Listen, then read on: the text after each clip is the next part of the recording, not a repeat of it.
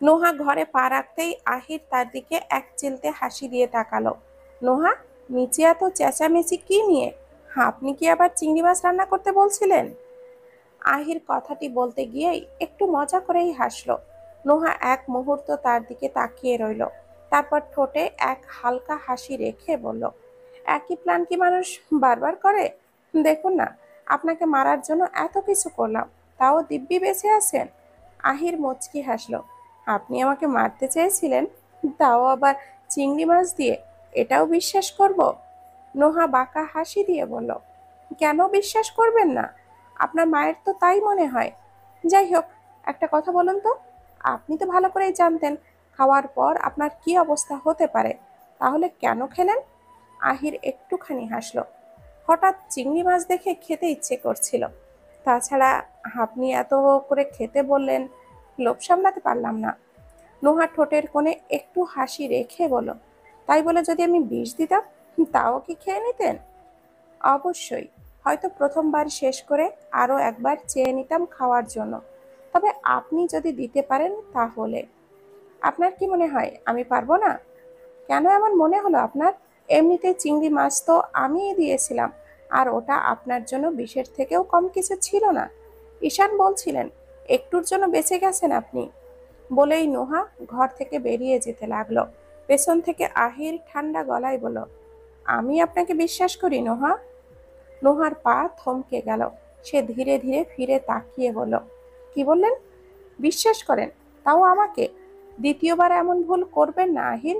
এই পৃথিবীতে যারা আপনাকে নিজেদের শত্রু মনে করে, তাদের সবার আগে আমার নাম থাকবে। তাই কি গ্যারান্টি বলুন? আপনাকে তো মারতেও পারি। আহির ঠোঁটে এক স্নিগ্ধ হাসি রেখে বলল, শত্রু তো অনেক আছে, আপনার মতো নেই। কাল রাতে আমাকে ওই অবস্থায় দেখে আপনি আমার আব্বাকে ডাকতে এক মুহূর্তও দেরি করলেন না। তারপরও বলবেন আপনি আমাকে মারতে চান?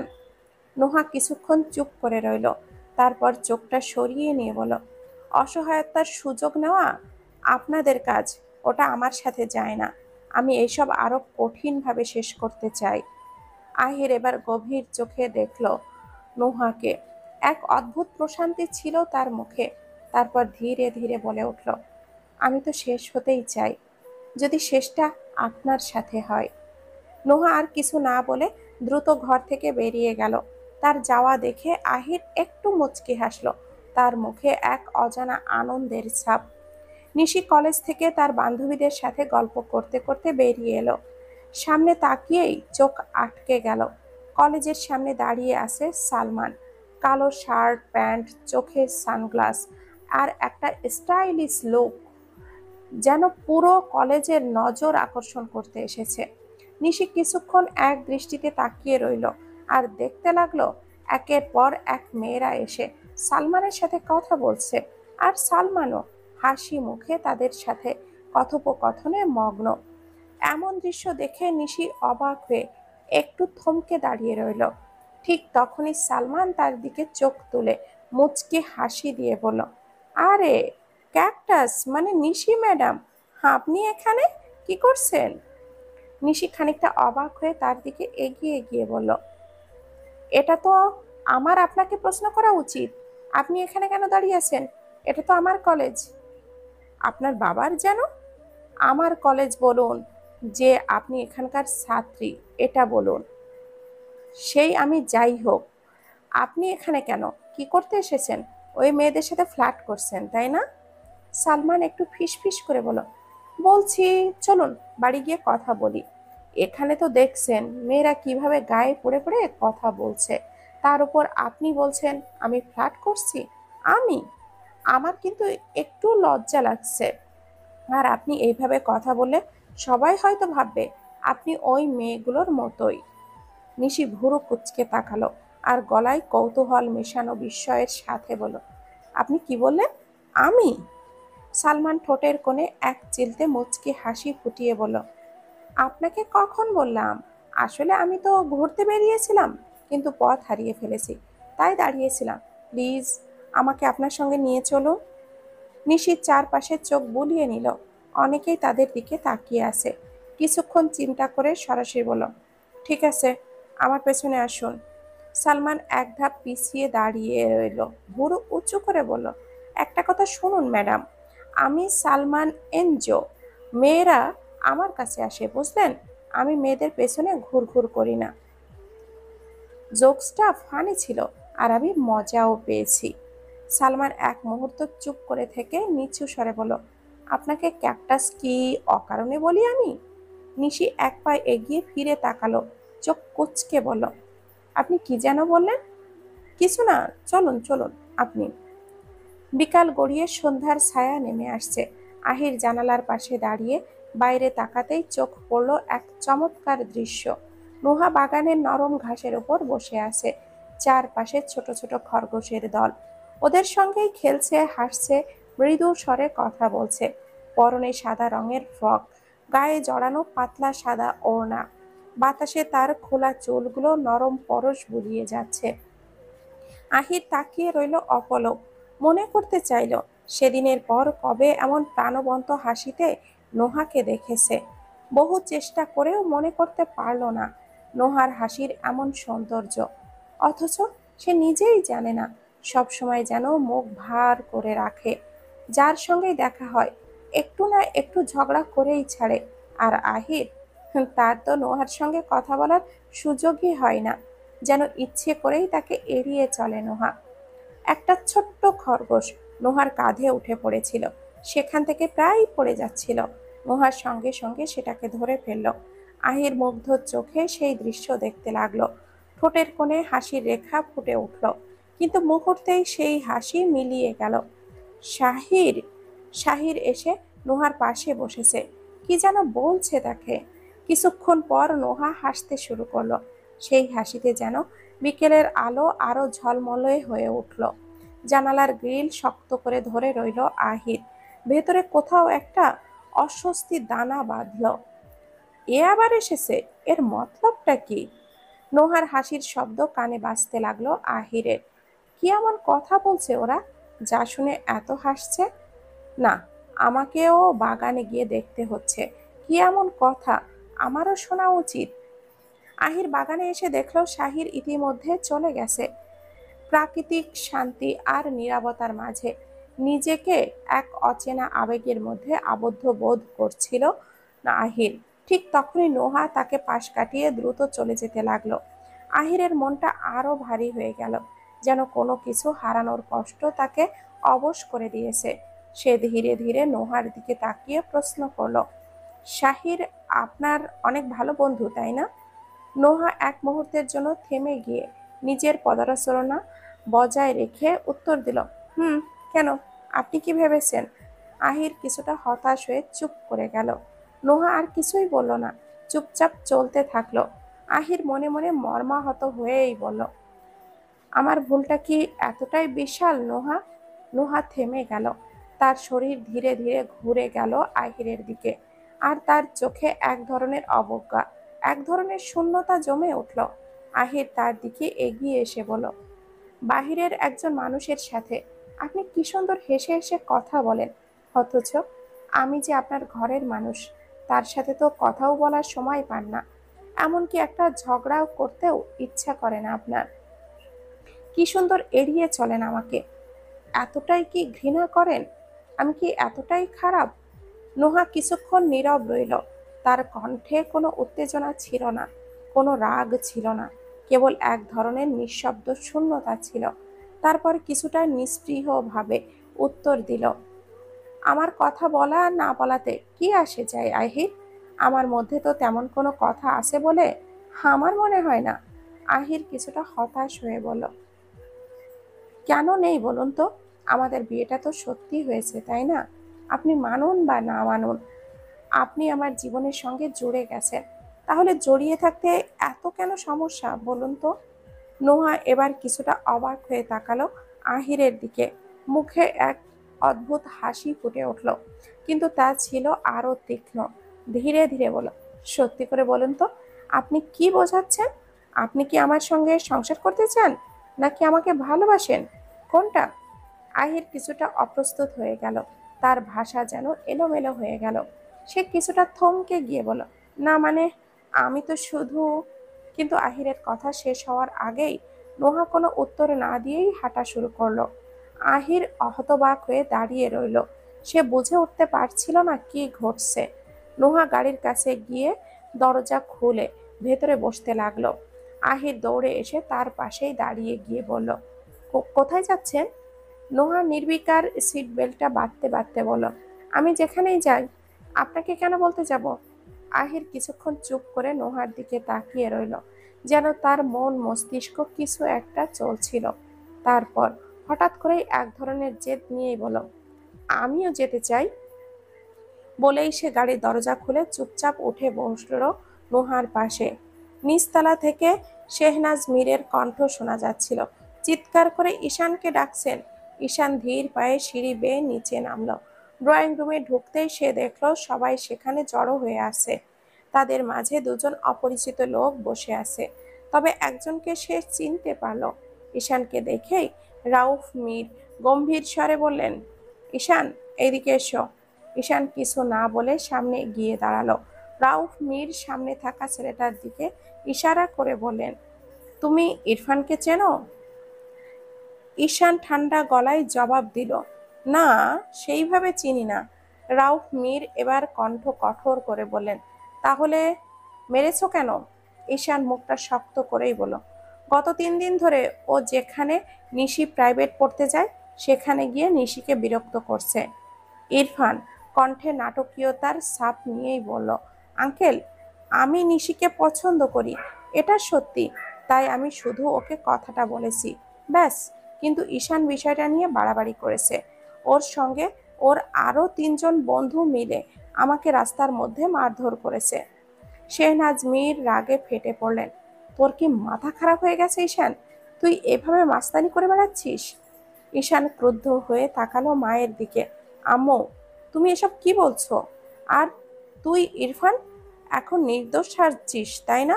তুই নিশিকে জোর করে ফুল দিতে চাসনি, ও নিতে না চাইলে জোর করিসনি, ওর হাত চেপে ধরিসনি।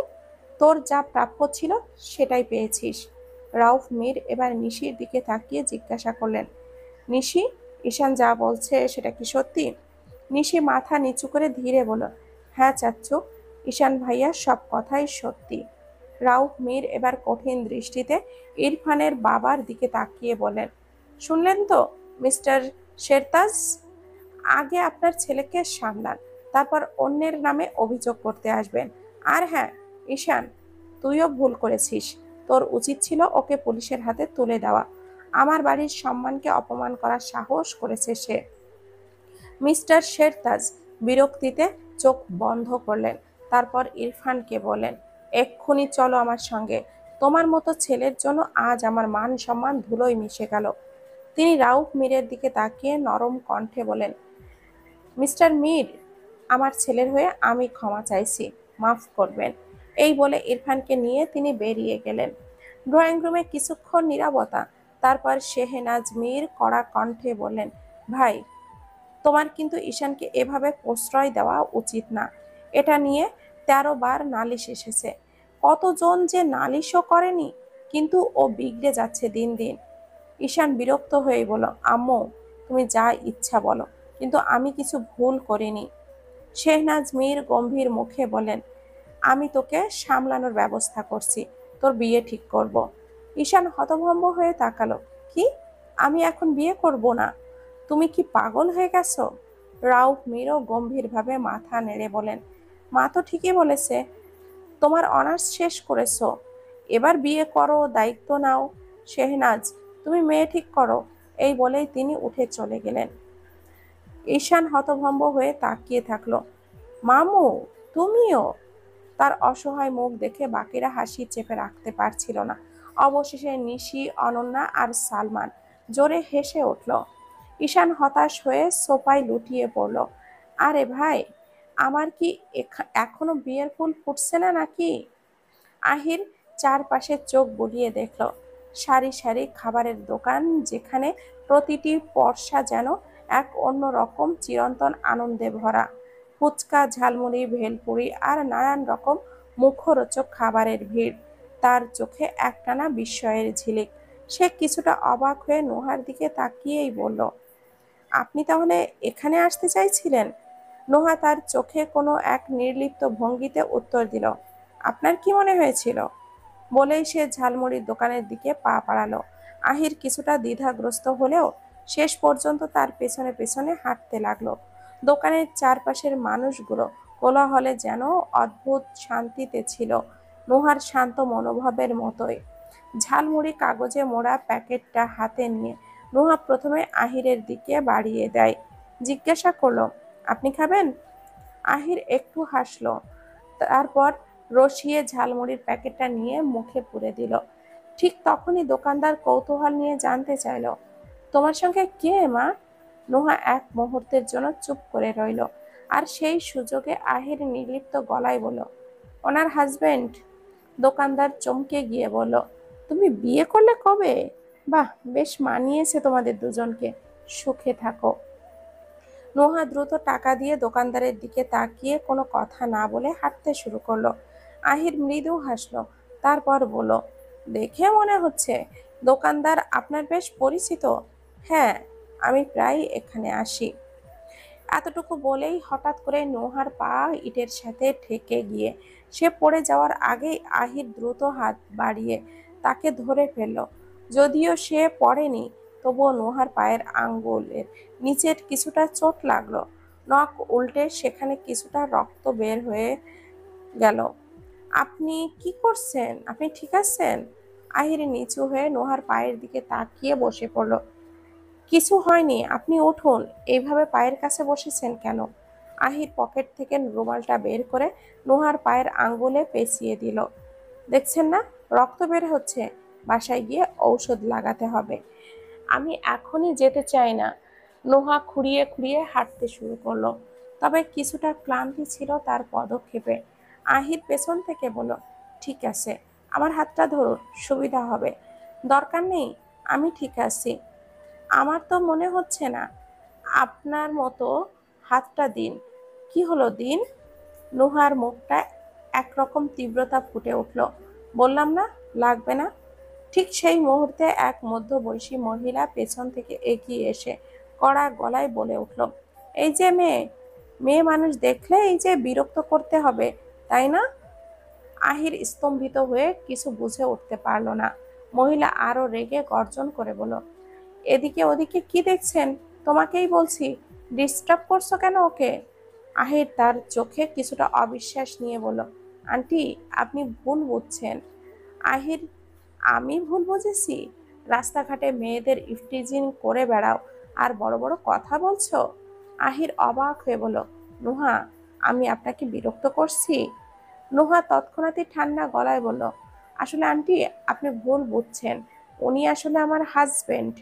মহিলার এবার সন্দেহের কণ্ঠে বলল, স্বামী যদি হয় তাহলে হাত ধরতে দিচ্ছিলে না কেন? ভয় পেয়েছো? নোহা এক গভীর নিঃশ্বাস নিয়ে ক্লান্ত গলায় বলল, আমি তো একবার বললাম উনি আমার স্বামী। আন্টি প্লিজ, নিজের কাজে মন দিন। প্লিজ আপনি যান। মহিলা গজগজ করতে করতে মুখ ফিরিয়ে চলে গেল। আহির তার চোখে এক গভীর দৃষ্টি নোহার দিকে তাকিয়ে রইল, তার ঠোঁটে হালকা হাসির ঝিলিক। আহির নরম কণ্ঠে বলল, হাত দিন। আচ্ছা, আপনাকে দিতে হবে না, আমিই ধরছি। বলেই সে নোহার হাতটা ধরে হাঁটতে লাগলো। নোহা কিছুক্ষণ আহিরের দিকে অবাক হয়ে তাকিয়ে রইল, তবে কোনো কথা বলল না, শুধু কিছুটা অস্বস্তি আর কিছুটা বিস্ময়ের মিশ্রণে তার চোখে এক অব্যক্ত চুপচাপ শূন্যতা ছিল, যা মুহূর্তে শূন্যতাকে যেন আরো গভীরে করে তুলেছে। বসার ঘরটা সরগরম। সালমান, নিশি, অনন্যা আর ঈশান মিলে লুডো খেলায় মগ্ন। ঠিক তখনই দরজার পাশে দাঁড়িয়ে আহির সবাইকে লক্ষ্য করলো। হাতে করে আনা খাবারগুলো এগিয়ে দিল সবার দিকে। অনন্যা প্যাকেটটা নিয়ে বলল, এত কিছু তো দারুণ কাজ করছো ভাইয়া। বাকিরা তো বেশ খুশি হলো, কিন্তু ঈশান ছিল চুপচাপ, মুখ ভার করে বসে আছে। আহির সেটা খেয়াল করেই বলল, কিরে ঈশান, এমন মন খারাপ করে বসে আছিস কেন? সালমান, নিশি আর অনন্যা মুখ চাওয়াচাই করলো, তারপর হেসে উঠলো একসাথে। কেন আবার? ফুপি বলেছে ছোট ভাইয়াকে এবার বিয়ে দেবে, তাই ভাইয়ার মন খারাপ। অনন্যা ঠোঁট চেপে হাসলো। আহির অবাক হয়ে বলল, বলিস কি? এটা তো দারুণ খুশির খবর। কতদিন পর একটা জমকালো বাঙালি বিয়ে দেখব, তাও নিজের ভাইয়ের। ওহ, কি যে আনন্দ লাগছে। ঈশান মুখ গম্ভীর করে বলল, আহির ভাই, আমার কি এত তাড়াতাড়ি বিয়ের বয়স হয়ে গেল? দাঁত গুনে দেখো, এখনো একটা দাঁতও ভাঙেনি। আহির হেসে বলল, ও তো সমস্যা না, আমি নিজেই ভেঙে দেব। আচ্ছা, তোরা খেল আর খাবারগুলো খা, আমি ওপরে যাচ্ছি। ঠিক তখনই সালমান বলে উঠল, দাঁড়া দাঁড়া, তুই তো নোহা ভাবির সঙ্গে বাইরে গিয়েছিলি তাই না আহির? হুম হুম, ডেট ছিল নাকি? আহির বিরক্ত হয়েই বলল, তোর ফাও কথা নিজের কাছেই রাখ। বলেই আহির উঠে চলে গেল। আহির চলে যেতে নিশি কিছুটা মজা করেই বলল, সবাইকে নিজের মতো ভাবো। হুম? সালমার মাথা নাড়িয়ে বলল, হুম। নিশিও বলল, হুম। ঈশান বিরক্ত হয়েই বলল, চুপ কর তোরা দুজন, আমার মেজাজ খারাপ হচ্ছে। আহির ঘরে ঢুকেই দেখলো নোহা খাটে বসে ফোনে কারোর সঙ্গে কথা বলছে। কপালটা একটু কুঁচকে গেল, তবে সরাসরি কিছু না বলে কাছে গিয়ে বলল, পায়ে ঔষধ লাগিয়েছেন? নোহা ভুরু কুঁচকে উঁচু করে বলল, পরে লাগিয়ে নেব। তারপর আবার ফোনের দিকে মনোযোগ দিল। আহির চোখ সরু করে তাকিয়ে দেখল নোহার কথাই বেশ মগ্ন। কিছুক্ষণ চুপচাপ দাঁড়িয়ে থেকে সে ফার্স্ট এইড বক্সটা নিয়ে এলো। তারপর নোহার পায়ের কাছে মেঝেতে বসে একটানে নোহার পাটা নিজের হাঁটুর ওপরে তুলে নিল। নোহা চমকে উঠে ফোনটা তাড়াহুড়ো করে রেখে দিল। পা সরিয়ে নিতে গেল, কিন্তু আহির শক্ত করে ধরে রাখলো। এত নড়াচড়া করবেন না, আমি কিন্তু রুমালটা খুলছি। একটু কষ্ট হলেও সহ্য করে নেবেন। আপনি কি করছেন? আমার পা ছাড়ুন। বেশি কষ্ট হচ্ছে? তারপর আর কিছু পাত্তা না দিয়ে আলতো করে রুমালটা খুললো। ক্ষতটা দেখে এক মুহূর্ত থেমে গেল, তারপর সাবধানে ঔষধ লাগাতে শুরু করলো। ঔষধের সংস্পর্শে নোহা ব্যথায় চোখ মুখ শক্ত করে ফেললো, কিন্তু মুখ দিয়ে কোনো শব্দ বের করলো না। আহির সেটা খেয়াল করলো। ধীরে ধীরে ঔষধ লাগিয়ে মুখ দিয়ে আস্তে আস্তে ফু দিতে লাগলো, যেন ব্যথাটা একটু কমে। নোহার চোখে বিস্ময় বড় বড় হয়ে গেল। সে অবাক হয়ে আহিরকে দেখতে লাগলো, কিন্তু আহিরের পুরো মনোযোগ ছিল নোহার পায়ের ক্ষতের দিকে। ঠিক তখনই দরজার সামনে এসে দাঁড়িয়েছিল নিশি। ঘরে ঢোকার জন্য এক পা বাড়িয়েছিল, কিন্তু যা দেখলো তাতে একেবারে থমকে গেল। বিস্ময়ে চোখ গোল হয়ে গেল তার। এরপর হঠাৎ পেছন থেকে কেউ ওর মুখ চেপে ধরে টেনে নিয়ে গেল অন্ধকার করিডোরের দিকে। নুহা বিরক্তির সুরে বলল, হয়ে গেছে, এবার উঠুন, আমার এত উপকারের প্রয়োজন নেই। আহির ধীরে ধীরে উঠে দাঁড়ালো। আপনি জানেন, আপনার এই ব্যবহারের জন্যই আপনি এতটাই একা। সবাইকে নিজের শত্রু ভেবে দূরে সরিয়ে রাখেন। একবার নিশিকে দেখুন, সে তো এই বাড়ির সবার সাথে মানিয়ে নিয়েছে, হাসি খুশি ভাবে ঘুরে বেড়াচ্ছে। তাহলে আপনারই বা সমস্যা কোথায় নোহা? সব সময় এইভাবে মুখ গোমড়া করে একা একা থাকলে কি পাবেন? মানুষকে অবিশ্বাস করতে করতে একদিন দেখবেন নিজেকেও আর বিশ্বাস করতে পারবেন না। তার চেয়ে সবার সাথে মিশে যান, জীবনটা অনেক সহজ হয়ে যাবে। নোহা বিরক্ত হয়ে বলল, আমি এভাবেই ঠিক আছি, আমাকে নিয়ে আপনাকে ভাবতে হবে না। আপনার সাথে একটু ভালোভাবে কথা বলেছি বলে মনে করবেন না যে আমি আপনাকে আমার স্বামী হিসাবে মেনে নিয়েছি।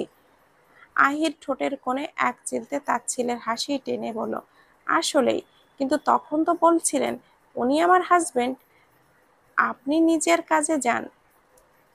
নোহা ভুরু কুঁচকে বলল, তাতে কি, আমি তো শুধু আপনাকে বাঁচিয়েছি, আপনার উচিত ছিল আমাকে ধন্যবাদ দেওয়া। আহির সংযত কণ্ঠে বলল, এটা তো আপনার দায়িত্ব ছিল, এর জন্য ধন্যবাদ কেন দিব? স্বামী স্ত্রীর মধ্যে এই সব চলে, বরং কিছু দিলে অন্য কিছু দিব। নোহা বিরক্ত হয়েই বলল, আমার কিছু চাই না, সরুন আমার সামনে থেকে। বলেই পাশ কাটিয়ে চলে যেতে উদ্যত হলো, কিন্তু যাওয়ার আগেই আহির তার হাত চেপে সামনে টেনে আনলো। এটা কি করছেন আপনি? আহির চোখে এক অদ্ভুত দৃষ্টি নিয়ে বলল, আমি যে আপনার এত সেবা করলাম, তার জন্য কি আমার কিছুই পাওনা নেই? আপনার থেকে কি ভালো কিছু আশা করতে পারি না? নোহা কিছুক্ষণ চুপ থাকলো, এক হাত বাড়িয়ে দিল, ঠিক আছে ফ্রেন্ড, আহির এক মুহূর্ত নোহার হাতের দিকে তাকিয়ে রইল। আপনাকে কে বলল আমি আপনার বন্ধু হতে চাই? পরের বার এইসব আবদার করবেন না। এটুকু বলেই সে পেছন ফিরে চলে গেল। নিশি রাগী স্বরে বলল, আপনার সাহস কি করে হলো আমাকে স্পর্শ করার? সালমান এক প্রকার উদাসীন ভঙ্গিতে কাঁধ ঝাঁকালো, ঠোঁটের কোণে ব্যঙ্গাত্মক হাসি টেনে বলল, কেন? আমার সংস্পর্শে আপনার কি গা থেকে এক টুকরো মাংস খসে পড়বে? এভাবে বিরিয়ানি এলাচির মতো ব্যবহার করছিলেন কেন? আমি এলাচি? সালমান নিঃসংকোচে বলল, আর নয়তো কি, নিজে তো প্রেম করবেন না, কিন্তু অন্যের প্রেমে বাধা দিতে বেশ জানেন। কার প্রেমে বাধা দিয়েছি আমি? আবার প্রশ্ন করছেন? আপনি কি চান না কেউ একদিন মিষ্টি মিষ্টি কণ্ঠে আপনাকে খালামণি বলে ডাকুক? নিশি বিরক্ত হয়ে বলল, আপনি কি ভুলভাল কথা বলছেন, সামনে থেকে সরুন। সালমান তখনও ঠোঁটে সেই রহস্যময় হাসি ধরে রেখে বলল, এই শোনো, একটা কথা বলার ছিল। নিশি হাঁটা থামিয়ে ধীর গতিতে ঘুরে দাঁড়ালো। সালমান উদাস গলায় বলল, আর কয়দিন পরেই ফিরে যাচ্ছি। তো আমি কি করব? তারপর একটু ভুরু কুঁচকে বলল, আর 1 মিনিট, আপনি হঠাৎ তুমি বলছেন কেন? সালমান কাঁধ ঝাঁকিয়ে বলল, তুমি আমার থেকে ছোট, আপনি বলতে কেমন যেন অদ্ভুত লাগে। আর তাছাড়া যা বলছিলাম, আমি কখনো কাউকে প্রপোজ করতে পারি না। মেয়েরা এমনিতেই আমার জন্য পাগল হয়ে যায়। একটু থেমে সে গভীর দৃষ্টিতে নিশির চোখের দিকে রেখে বলল, বলছিলাম আমি তোমাকে ভালোবাসি। কিন্তু বাক্যটা শেষ হবার আগেই নিশি ডান হাত বিদ্যুৎ গতিতে উঠে এলো সালমানের গালে, সজোরে আঘাত করলো। সালমান হতবাক হয়ে কিছুক্ষণ স্থির হয়ে দাঁড়িয়ে থাকলো। আপনি আমাকে কি ভাবেন বলুন তো? আমি কিন্তু ওই সব মেয়েদের মতো নই। তাই নিজেদের টাইপের কাউকে খুঁজুন, সেটাই আপনার জন্য ভালো হবে। এসেছেন ভালোবাসতে, আপনার ভালোবাসা কেমন সেটা আমি ভালো করেই জানি। আজকে একজন, কালকে আরেকজন, তারপরের দিন আরো একজন। সব মেয়েরা আপনার জন্য পাগল হতে পারে, কিন্তু আমি নই। আমার কাছে এমন ভালোবাসার কোনো মূল্য নেই। তাই দূরে থাকুন আমার থেকে। বলেই নিশি ক্ষিপ্ত পায়ে চলে গেল। সালমান স্থির হয়ে দাঁড়িয়ে রইল, নিশির চলে যাওয়ার দিকে এক দৃষ্টিতে তাকিয়ে রইল। নুহার জন্য আজকের সকালটা সব অন্যান্য দিনের মতোই ছিল না। এই সকাল শুধু নতুন সূর্যের নয়, তার জন্য নতুন এক শুরুর বার্তা নিয়ে এসেছে। জানালার বাইরে নরম রোদ গলে গলে ঘরে ঢুকছে, বাতাসে এক অদ্ভুত সতেজতা। নোহার আজ অফিসের প্রথম দিন। একেবারে ফর্মাল পোশাকে তৈরি হয়ে নিচে নামলো সে, চোখে মুখে অদ্ভুত এক উচ্ছ্বাস, আবারও কোথাও যেন এক চাপা উত্তেজনা। নিচে নামতে দেখা হলো আহিরের সঙ্গে। আহিরের চোখ আটকে গেল নোহার ওপর। প্রতিদিনের চেনা চেনা মেয়েটা আজ একদম ভিন্ন লাগছে। সাধারণত ঘরের নরম পরিবেশে দেখা নোহাকে সে আজ দেখছে এক নতুন রূপে। ফর্মাল পোশাকে নোহাকে যেন আরো গম্ভীর আর প্রাপ্তবয়স্ক করে তুলেছে। আটসাট সাজ, পরিপাটি হেয়ার স্টাইল আর চোখে এক অনন্য দীপ্তি, সব মিলিয়ে তাকে একদম অন্যরকম লাগছে। আহির কিছু বলতে যাবে, ঠিক সেই মুহূর্তে হঠাৎ একটা মেয়ে ছুটে এসে আহিরকে জড়িয়ে ধরলো। How are you Ahir, I really missed you. Ahir প্রথমে কিছুটা অবাক হলেও দ্রুত সামলে নিল, হেসে বলল, আমি ভালো আছি, কিন্তু তুই হঠাৎ কিভাবে আর কখন এলি? ততক্ষণে পাশে দাঁড়িয়ে থাকা আরিফা কৌতূহলী দৃষ্টিতে তাকিয়ে বলল, এটা কে রে আহির? আহির স্বাভাবিক গলায় উত্তর দিল, ও ইরিনা, আমার ইতালিয়ান ফ্রেন্ড। ইরিনা, উনি আমার আম্মু। ইরিনা বিনয়ের সঙ্গে হাসলো, আসসালামু আলাইকুম আন্টি। তারপর একদমে বলে গেল, আহির সানভি কোথায়? আমি আসার কথা বলতেই ও আসতে মানা করেছিল, অথচ নিজে এখানে প্রায় 1 মাস ধরে পড়ে আছে। আহির এবার খেয়াল করলো নোহা অলরেডি গাড়ির ধারে চলে গেছে। মুখে কোনো অভিব্যক্তি নেই, যেন কিছুই হয়নি। আহির ধীর কণ্ঠে বলল, আম্মু একটু দেখো ইরিনার কি লাগবে, খেয়াল রেখো ওর যেন কোনো সমস্যা না হয়। তারপর ইরিনার দিকে ফিরে বলল, তুই ফ্রেশ হয়ে নে, আমি একটু বের হচ্ছি, দুপুরে দেখা হচ্ছে। এই বলে আহির দ্রুত বেরিয়ে গেল। নোহা চুপচাপ জানালার দিকে তাকিয়েছিল। সকালের সূর্যের আলো গাড়ির জানালায় পড়ছে, উষ্ণ নরম একটা আভা চারপাশে ছড়িয়ে দিচ্ছে। আহির হঠাৎ বলল, আপনি সরে বসুন, ড্রাইভ আমি করব।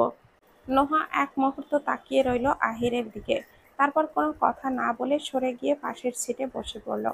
আহির গাড়িতে উঠে ইঞ্জিন চালু করতেই আবারও বলল, ইরিনা বাংলা ভাষা জানে ঠিকই, কিন্তু বাংলাদেশ সম্পর্কে ওর তেমন কোনো ধারণা নেই, তাই আমি কিছু জিজ্ঞাসা করছি না তো। এত কথা কেন বলছেন? চুপচাপ গাড়ি চালান, দেরি হচ্ছে। নুহার কণ্ঠস্বরে একরকম অনাগ্রহ আর বিরক্তি মিশেছিল। আহির একটু হাসলো, তারপর হঠাৎ নুহার দিকে ঝুঁকে এলো, এত কাছাকাছি যে নুহার শ্বাস পর্যন্ত আটকে গেল মুহূর্তের জন্য। কি করছেন কি আপনি? কিন্তু আহির কোনো কথা না বলে নোহার সিট বেল্টটা লাগিয়ে দিল। তারপর একইভাবে থেকে তার চোখের দিকে তাকিয়ে জিজ্ঞাসা করলো, আপনি কি রেগে আছেন নোহা? নোহা দ্রুত আহিরকে ঠেলে সরিয়ে দিল। রেগে কেন থাকবো? আর আপনি নিজের লিমিটে থাকুন, বুঝলেন? আহির কিছু না বলে মুচকি হাসলো, তারপর গাড়ি চালানো শুরু করলো যেন কিছুই হয়নি। অফিসের প্রথম দিন ছিল নোহার জন্য এক নতুন অভিজ্ঞতা, নতুন সূচনা। রাউফ মির অফিসের ম্যানেজার তাদেরকে স্বাগত জানিয়ে সবার সাথে পরিচয় করিয়ে দিলেন। অফিসের পরিবেশ, কর্মীরা সবাই যেন নোহাকে খুব ভালোভাবে গ্রহণ করছে। তবে প্রথম দিন তেমন কোনো কাজ ছিল না, তাই দুপুরের আগেই বাড়ি ফেরার পথে রওনা দিল নোহা আর আহির। তবে আসার পথে একজন বয়স্ক মহিলা তাদেরকে বলল তাদের এক জায়গায় একটু পৌঁছে দিতে। তারপর মহিলার কথা মতো আহির তাকে একটা জায়গায় নিয়ে আসলো। আহির চারপাশে চোখ বুলিয়ে দেখলো একদম নির্জন জায়গা। মেন রাস্তাটির থেকে নেমে বিশাল বিল, সেখানে চাষ করা সারি সারি সূর্যমুখীর ক্ষেত। আহির নেমে এসে মহিলাটিকে নামিয়ে জিজ্ঞাসা করলো, এখানে তো মাঠ, আপনার বাড়ি কোথায়? নোহা গাড়ি থেকে নেমে মহিলাটিকে নামতে সাহায্য করলো। হঠাৎ একটা গাড়ি থামতেই মহিলাটি দৌড়ে গাড়িতে উঠে গিয়ে পড়ল। গাড়ি থেকে একদল লোক এসে উপস্থিত হলো, সবার মুখ ঢাকা। লোকগুলো একদম কাছে এসে দাঁড়ালে আহির নোহা দুজনেই বুঝতে পারলো মহিলাটি ছদ্মবেশী ছিল।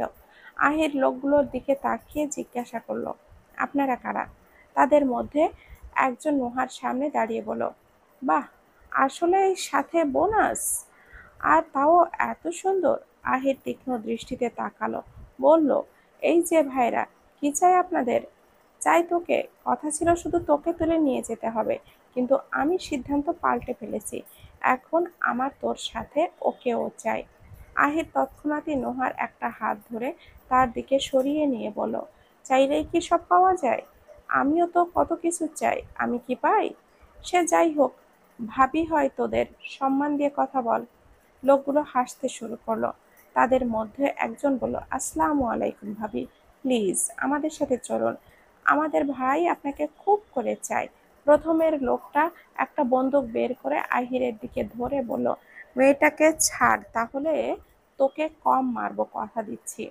লোকটা নোহার দিকে হাত বাড়াতে গেল, তখনই আহির হাতটা ধরে বলল, আমার সাথে কি করবি না করবি সব কবুল, কিন্তু আমার স্ত্রীর দিকে হাত বাড়ালে তোর হাত আর হাতের জায়গায় থাকবে না, আমি কথা দিচ্ছি তোকে। লোকটা হাসতে হাসতে বলল, হিরোগিরি কম দেখা ভাই, এটা দেখেছিস, একটা গুলি আর তুই ইন্নানিল্লাহ, এখানে মরে পড়ে থাকলে কমসে কম 3-4 দিনেও তোর খোঁজ কেউ পাবে না। আহির সবার দিকে একবার তাকিয়ে বলল, না, তোরা এভাবে মানবি না, 5 জন আছিস, তার উপর একটা বন্দুকও আছে, একটু কষ্ট হবে, আমি সামলে নেব। বলে লোকটার বন্দুক ধরা হাতে একটা লাথি মারলো। মুহূর্তেই শুরু হলো মারামারি। এক পর্যায়ে একজন লাঠি দিয়ে আহিরের মাথায় আঘাত করলো।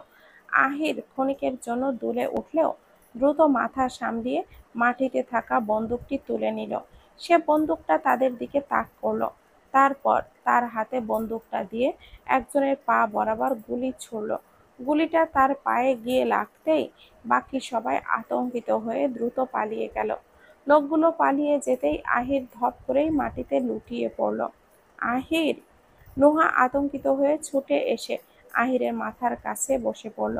2 হাত দিয়ে তার মুখটা তুলে ধরে ব্যাকুল কণ্ঠে ডাকতে লাগলো, আহির, আহির উঠুন, ঠিক আছেন আপনি? আহির কথা বলছেন না কেন? প্লিজ চোখ খুলুন। আমি কি এখন কি করব? কেউ আছেন? তার ভয়ার্ত কণ্ঠ বাতাসে মিলিয়ে গেল। আশেপাশে কেউ ছিল না। ঠিক তখনই আহির চোখ খুলে আলতো হাসল। এভাবে কে থাকবে এখানে? আপনাকেই তো কিছু করতে হবে, তাই না? নোহা হতভম্ব হয়ে তার দিকে তাকিয়ে রইল। আহির তার দিকে চেয়ে ম্লান হেসে বলল, বাদ দিন, কিচ্ছু করতে হবে না। এভাবেই থাকুন, ভালো লাগছে। নোহার আহিরকে ধাক্কা দিয়ে সরিয়ে দিয়ে রাগী কণ্ঠে বলল, পাগল নাকি আপনি? এই অবস্থায়ও মজা করছেন? আর আপনি সত্যি করে বলুন, আপনি এইসব কিভাবে করলেন? একজন সাধারণ মানুষের পক্ষে ৫ জন লোকের সাথে একা একা মারামারি করা সম্ভব না। তার উপর আপনি গুলিও চালিয়েছেন। আহির মুচকি হেসে বলল, বইয়ের চোখে অসাধারণ হতে পেরে ভালো লাগছে। তবে আমি কিন্তু শুধু ওদের মারিনি, ওরাও মেরেছে। মাথাও ফেটে গেছে, দেখুন রক্ত বের হচ্ছে। নোহা অবাক হয়ে বলল, আপনি ইতালিতে ছিলেন? ১ মিনিট, আপনি কি সেখানে কোনো মাফিয়া দলের সাথে যুক্ত ছিলেন? আপনি কোনো মাফিয়া টাফিয়া নন তো? আহির হাসতে হাসতে বলল, মাথায় আঘাত লেগেছে আমার, আর ভুলভাল বকছেন আপনি। কি বললেন মাফিয়া? আমি? কথা শেষ করার আগেই আহির মাটিতে লুটিয়ে পড়ল। অনেক হয়েছে নাটক, চুপচাপ উঠে পড়ুন। আপনার থেকে আমার অনেক কিছু জানার আছে আহির। আহিরকে নিয়ে বাড়িতে ঢুকতেই আরিফা বেগম উদ্বিগ্ন হয়ে ছুটে এলেন। তার চোখ গিয়ে পড়ল আহিরের মাথায় ব্যান্ডেজে আর মুখে লেগে থাকা দাগের দিকে।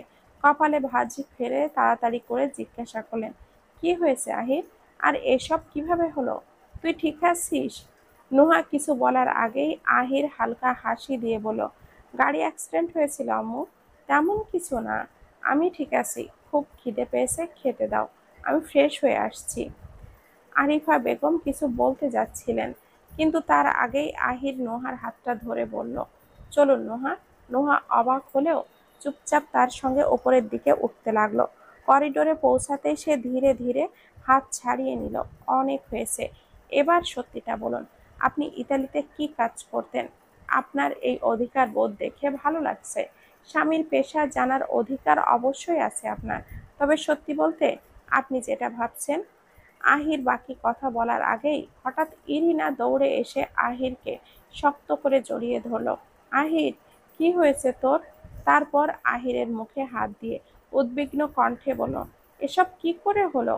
আহির একবার নোহার দিকে তাকালো, যেন তার প্রতিক্রিয়া বুঝতে চাইছে। তারপর ইরিনাকে আলতো করে সরিয়ে দিয়ে বলল, লম্বা কাহিনী পরে বলবো, আপাতত খুব ক্লান্ত লাগছে। ইরিনা চোখে অস্বস্তি নিয়ে বলল, আহির, এসব তুই কি করে হলো? দেশে আসতে গেলি কেন বলতো? আমরা ওখানে তো ভালো ছিলাম। তুই আসার পর থেকে আমার মনে হচ্ছিল যেন আমার জীবনের সব খুশি চলে গেছে। বাপ্পিও তোকে অনেক মিস করছে। সকালে আসলাম, আর এখন তোর এই অবস্থা দেখে মনটাই খারাপ হয়ে গেল। নোহা চুপচাপ দাঁড়িয়ে ছিল, কিছু না বলে ধীরে ধীরে চলে যেতে লাগলো। আহির সঙ্গে সঙ্গে নোহার হাতটা ধরে তাকে দাঁড় করিয়ে বলল, Irina, meet my wife Noha.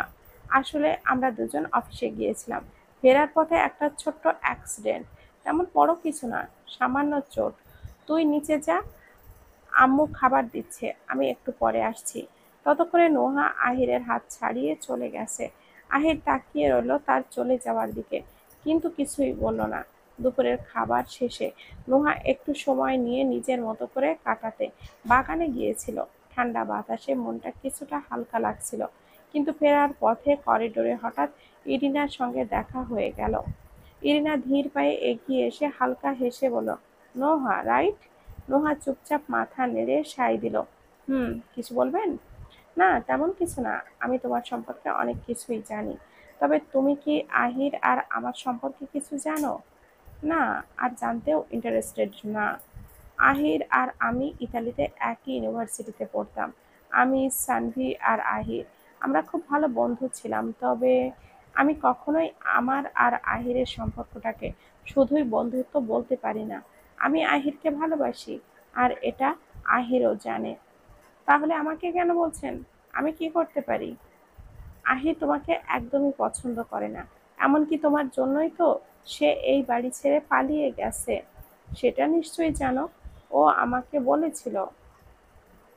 Noha চোখ নামিয়ে নিয়ে একটু হাসলো। তারপর? আমি আহিরকে আবার ফিরিয়ে নিতে এসেছি। আমাদের যে জায়গায় থাকা উচিত সেখানে ফিরে যাব। শুধু এতটুকু তোমাকে জানাতে চেয়েছিলাম। নোহা এবার সরাসরি ইরিনার চোখে চোখ রেখে বলল, তা ভালোই তো, নিয়ে যান, আমার কোনো আপত্তি নেই। তবে আমার মনে হয় না আহির আমাকে অতটাও অপছন্দ করে। একটু থেমে ঠোঁটের কোণে একটা মিষ্টি হাসি ফুটিয়ে বলল, বাই দা ওয়ে, আপনার জন্য শুভকামনা, ট্রাই করে দেখতে পারেন। বলেই নির্লিপ্ত ভঙ্গিতে চলে গেল। পেছন ফিরে দেখার প্রয়োজনও মনে করলো না। ইরিনা শুধু দাঁড়িয়ে থেকে নোহার চলে যাওয়া দেখতে লাগলো। নোহা ঘরে ঢুকতেই দেখতে পেল ইরিনা দরজা ঠেলে বেরিয়ে আসছে।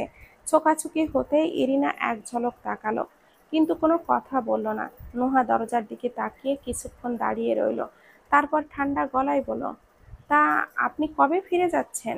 আহির একটু অবাক হয়ে তাকালো, যেন প্রশ্নটা বুঝে উঠতে পারছে না। কোথায়? নোহা হালকা হাসলো। ইরিনা বলল, আপনি তার সঙ্গে নাকি ফিরে যাচ্ছেন? আহির কয়েক মুহূর্ত নীরব রইল। তার মুখের রেখায় একটা অদ্ভুত ভাব ফুটে উঠল। তারপর ধীরে বলে উঠল, আপনি আটকাবেন না? নোহার ঠোঁটে একটা ম্লান হাসি খেলে গেল। প্রশ্নই আসে না। আহির গভীর দৃষ্টিতে তাকিয়ে রইল তার দিকে। নোহার চোখে কি একটুও দোলাচল নেই? এভাবে সারা জীবন কি একা থাকবেন? জীবনে চলার পথে কাউকে তো দরকার। সেটা আমি নাই বা হলাম, তবুও কাউকে তো দরকার। নোহা তার চোখ নামিয়ে নিল। তার মানে ইরিনা যা বলল তা সত্যি? আহির একটু হাসলো। আপনার তো এইসব নিয়ে কোনো আগ্রহ নেই, তাহলে জানতে চাইছেন কেন? নোহা কোনো উত্তর দিল না, নীরবে তাকিয়ে থাকলো আহিরের দিকে। চোখের গভীরে যেন এক অজানা প্রশ্ন লুকিয়ে রয়েছে। আহির ধীরে ধীরে এক পা এগিয়ে এলো, গম্ভীর গলায় বলল, আপনি আমার সঙ্গে থাকতে চান? আপনি আমাকে ভালোবেসে ফেলেছেন, কিন্তু সেটা লুকাচ্ছেন। কেন লুকাচ্ছেন? একবার বলেই দিন না, আপনি কি চান? নোহা নিঃশ্বাস নিল গভীর করে। কয়েক মুহূর্তের নীরবতা। দুজনের মাঝেই এক অদৃশ্য দেওয়াল তৈরি হলো। তারপর ধীরে ধীরে আহিরের চোখে চোখ রেখে শান্ত গলায় বলল, আপনি বলছেন, আপনি কিন্তু একবারও বলেননি আপনি আমাকে ভালোবাসেন। পরিষ্কার করে বলেননি আপনি কি চান। আহির চুপ করে গেল, যেন প্রশ্নটা তার জন্যই সবচেয়ে কঠিন হয়ে গেছে। নোহা তার দিকে একবার তাকিয়ে নিল, তারপর নিঃশব্দে ঘর থেকে বেরিয়ে গেল। আহির শুধু দরজায় দাঁড়িয়ে রইল, দরজার ফাঁক দিয়ে বেরিয়ে যাওয়ার সেই ছায়ার দিকে তাকিয়ে রইল। নিশি প্লিজ, আমার কয়েকটা কথা শোনো। সালমানের কণ্ঠে আকুলতা, কিন্তু নিশি একটা কঠিন দৃষ্টিতে তাকালো তার দিকে। চোখের ভাষায় স্পষ্ট রাগ ও বিরক্তি। আপনি আবার এখানে? আমি কি আপনাকে বলিনি? সালমান দ্রুত হাত বাড়িয়ে নিশির হাত আলতো করে চেপে ধরল। শান্ত হও নিশি, আমি শুধু কয়েকটা কথা বলতে চাই। কথা দিচ্ছি এরপর আর তোমাকে বিরক্ত করব না। নিশি বিরক্তিকর ভাবে হাতটা সরিয়ে নিল। গম্ভীর কণ্ঠে বলল, ঠিক আছে বলুন। সালমান দীর্ঘ নিঃশ্বাস ফেলল। এক মুহূর্ত নীরব থেকে ধীরে ধীরে বলল, আমি জানি আমি গুছিয়ে কথা বলতে পারি না। তুমি ঠিকই বলেছিলে, প্রেম ভালোবাসা আমার কাছে কখনোই গুরুত্ব পায়নি। এগুলো আমার কাছে ছিল তোমার পড়া উপন্যাসের বইয়ের মতো। একটা শেষ হলে তুমি যেমন আরেকটা শুরু করো তেমনই। সে এক মুহূর্ত থেমে নিশির চোখের দিকে তাকালো। তারপর গভীর কণ্ঠে বলল, আমি এসব ভালোবাসায় কখনো বিশ্বাস করিনি। এগুলো আমার কাছে টাইম পাস ছাড়া আর কিছুই না। কিন্তু নিশি জানো, আমি জানি না কিভাবে বোঝাবো তোমাকে নিয়ে আমার যে অনুভূতিগুলো হয়, সেগুলো সম্পূর্ণ ভিন্ন, একদম নতুন। এটা ভালোবাসা কিনা জানি না আমি, তবে এতটুকু জানি তুমি ছাড়া আমার জীবনে আর কেউ কখনো আসবে না। হ্যাঁ, এটা সত্যি, আমার জীবনে অনেক নারী এসেছে, কিন্তু তোমার মধ্যে আমি এমন কিছু পেয়েছি যা আর কারোর মধ্যে পাইনি। তুমি আমার জীবনের সবচেয়ে অনন্যা অনুভূতি। আমি তোমার সঙ্গেই জীবনের শেষ সময় পর্যন্ত কাটাতে চাই। নিশির ঠোঁটের কোণে তিক্ত হাসি ফুটে উঠল, কণ্ঠে কঠিন অথচ গভীর এক ব্যথা মিশে আছে। হয়েছে আপনার? আজ আমার প্রতি যে অনুভূতি জন্ম নিচ্ছে সেটাই তো প্রথমে সব মেয়ের প্রতিই ছিল, তাই না? তারপর একদিন তাদের জায়গায় ফাঁকা হয়ে গেছে, আপনি ছেড়ে দিয়েছেন। আমি কিভাবে বিশ্বাস করব আমার পরিণতি তাদের মতো হবে না? সালমান এক মুহূর্ত নিশ্চুপ রইল। নিশির চোখের গহীনে সে স্পষ্ট দেখতে পেল সন্দেহ, অভিমান আর একরাশ অজানা ভয়, যেন তার প্রতিটি কথা আগুনের মতো ছুঁয়ে যাচ্ছে তাকে। একটা দীর্ঘশ্বাস ফেলে সালমান ধীর কণ্ঠে বলে উঠল, কি প্রমাণ চাও তুমি? বলো, আমি সব কিছুর জন্য প্রস্তুত। নিশি এক পলক তাকালো, তারপর গভীর স্বরে বলল, বিয়ে করতে পারবেন আমায়? যদি পারেন তাহলে ভালোবাসার দিব্যি দিয়ে আমার সামনে আসবেন। বলেই সে ঘুরে দাঁড়ালো, দৃঢ় পায়ে সামনে এগিয়ে গেল, যেন তা আরো কিছু আর পিছু ফেরার কোনো ইচ্ছে নেই। কিন্তু তখনই সালমানের কণ্ঠে বাজলো দৃঢ় সংকল্প, আমি রাজি নিশি, 3 দিন পর বাড়ি ফিরবো, তারপর মা বাবাকে নিয়ে আসবো, তারপর বিয়ে। এবার বলো, আমি কি হ্যাঁ ধরে নেব? নিশির পা মুহূর্তের জন্য থমকে গেল, যেন শব্দগুলো তার হৃদয়ের গভীরভাবে গেঁথে গেছে। কয়েক মুহূর্ত সে চুপ রইল, কিন্তু কোনো উত্তর দিল না, শুধু ধীরে ধীরে পা বাড়িয়ে চলে গেল। আর সালমান দাঁড়িয়ে রইল, তার দৃষ্টি সামনে এক অনিশ্চিত ভালোবাসার অস্তিত্ব রচনা করে। সকালের আলো ফোটার সঙ্গে সঙ্গে আরিফা বেগম ব্যস্ত হয়ে পড়লেন রান্নাঘরে। হাতের কাজের ফাঁকে ফাঁকে একবার করে সময় দেখছেন, যেন সব ঠিকঠাক হয়। আজকের দিনটা তো আর সাধারণ নয়। আজ অনন্যাকে পাত্রপক্ষ দেখতে আসবে, বিয়ের কথা আগেই ঠিক হয়ে আছে। আজ এক প্রকার আনুষ্ঠানিক সম্মতি এবং আংটি বদলের আয়োজন। নোহা আর রমাও সাহায্য করছে তাকে। তবে নোহা রান্নার কাজে খুব একটা দক্ষ নয়, তবু সে চেষ্টা করছে যেন কোনোভাবে কাজে লাগে। অন্তত রান্নাঘরে দাঁড়িয়ে শুধু ঝামেলা না করে কিছুটা সহযোগিতা করাই তার উদ্দেশ্য। কিন্তু রান্নার কাজ করতে করতে নোহার মন বারবার ফিরে যাচ্ছে কালকের ঘটনার দিকে। লোকগুলো কার কথায় আহিরকে কিডন্যাপ করতে চেয়েছিল? কে তাদেরকে পাঠিয়েছিল? এইসব প্রশ্ন তার পিছু ছাড়ছে না। কিভাবে আহির এত স্বাভাবিক থাকতে পারে এমন ভয়ঙ্কর ঘটনার পরেও? কিভাবে সে এমন নির্লিপ্ত? কিন্তু একটা সমস্যা তো আছেই। দুপুরের আগেই অতিথিরা এসে পৌঁছেছে। বসার ঘরটায় একটা গুঞ্জন ভরা পরিবেশ। আহির, রাহুক মীর আর আফিয়া বেগম সহ পরিবারের বয়োজ্যেষ্ঠরা অতিথিদের সঙ্গে গল্পে মেতে উঠেছেন। অভ্যন্তর অভ্যর্থনা ব্যস্ততা ছড়িয়ে পড়েছে পুরো বাড়িতে। অন্যদিকে নিশি অনন্যাকে সাজাতে ব্যস্ত। প্রতিটি গহনা, প্রতিটি সাজসজ্জার খুঁটিনাটি নিয়ে তার যত্নের শেষ নেই। অনন্যার রূপ যেন আরো ফুটে ওঠে, সে চেষ্টা চালিয়ে যাচ্ছে নিশি। ঠিক তখনই আরিফা বেগম নোহাকে ডেকে বলল, নিশিকে নিয়ে এসো তো। নুহা গিয়ে নিশিকে আর অনন্যাকে নিচে নামিয়ে আনলো। সিঁড়ি বেয়ে নিচে নামার সময় আহিরের দৃষ্টি আটকে গেল নোহার ওপর। আজ সে কালোর ওপর গোলাপি কাজ করা একটি শাড়ি পরেছে, যা তাকে এক অনন্য আভায় মোড়ানো মনে হচ্ছে। আহির অবাক হয়ে তাকিয়ে থাকলো, যেন চোখ ফেরানো কঠিন হয়ে পড়েছে। নোহার দৃষ্টি তখন আহিরের চোখের সঙ্গে মিলল।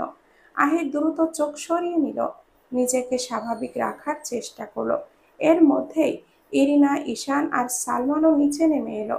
অতিথিদের সামনে একে একে উপস্থিত হলো। বাড়ির পরিবেশ আরো প্রাণবন্ত হয়ে উঠল। অনন্যার যার সঙ্গে বিয়ে ঠিক হয়েছে তার নাম ইরফান চৌধুরী। ইরফানের বাবা রাউফ মীরের দীর্ঘদিনের ঘনিষ্ঠ বন্ধু। সেই সম্পর্কের সূত্র ধরেই এই বিয়ের আয়োজন। ইরফানরা মোট 6 জন এসেছে। আরাফ নিজে আর বাবা মা এবং দাদা দাদি। খুব ভালোভাবেই আংটি বদলের অনুষ্ঠানটা মিটে গেল। বিকেলের দিকে ওরা ফিরে গেলেন। যেহেতু আগে থেকেই সব ঠিক, তাই ওনারা বিয়েতে আর দেরি করতে চান না। বিয়ে ঠিক করা হয়েছে 1 সপ্তাহ পরে। সন্ধ্যা নামতেই বসার ঘরে প্রাণবন্ত আড্ডা জমে উঠেছে। বিয়ে নিয়ে চলছে নানান রকম পরিকল্পনা। আহির, সালমান, ইরিনা, অনন্যা, নিশি সবাই মিলে গল্পে মেতে উঠেছে। হাসির রোল, হাসি, ঠাট্টা, মশকরা সব মিলিয়েই এক চঞ্চল পরিবেশ। কিন্তু কোথাও যেন একটা শূন্যতা অনুভব করলো আহির। চারপাশে তাকিয়ে বুঝলো নোহা নেই। ওর অনুপস্থিতি কেন জানি চোখে লাগলো। তাই সবার মাঝ থেকে সরে গিয়ে নোহাকে খুঁজতে বের হলো। আহির নিজের ঘরের দরজা অল্প একটু খুলে দেখলো নোহা একা বসে ল্যাপটপে ব্যস্ত। পাশে তার প্রিয় বিড়ালটি গুটিসুটি মেরে বসে আছে, যেন মনোযোগের অপেক্ষায়।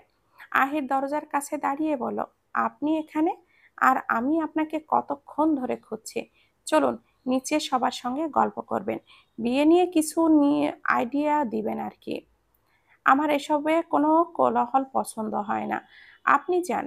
আহির একটু এগিয়ে আসলো। এভাবে একা থাকবেন কেন? সবার সাথে মিশলে দেখবেন ভালো লাগবে। এবার নোহা বিরক্ত চোখে তাকিয়ে বলো, আপনি এত স্বাভাবিক থাকতে পারেন কিভাবে আহির? এত বড় একটা ঘটনা ঘটলো, অথচ কাউকে কিছু বললেনও না। আর আপনি? নোহার বাক্য শেষ হওয়ার আগেই আহির ধপ করে বিছানায় শুয়ে পড়ল। হাত দুটো মাথার পেছনে রেখে এক দৃষ্টিতে সিলিং এর দিকে তাকিয়ে বলল, যখন আপনার সাথে আমার বিয়ের কথা শুনেছিলাম তখন কিছুই বুঝতে পারছিলাম না।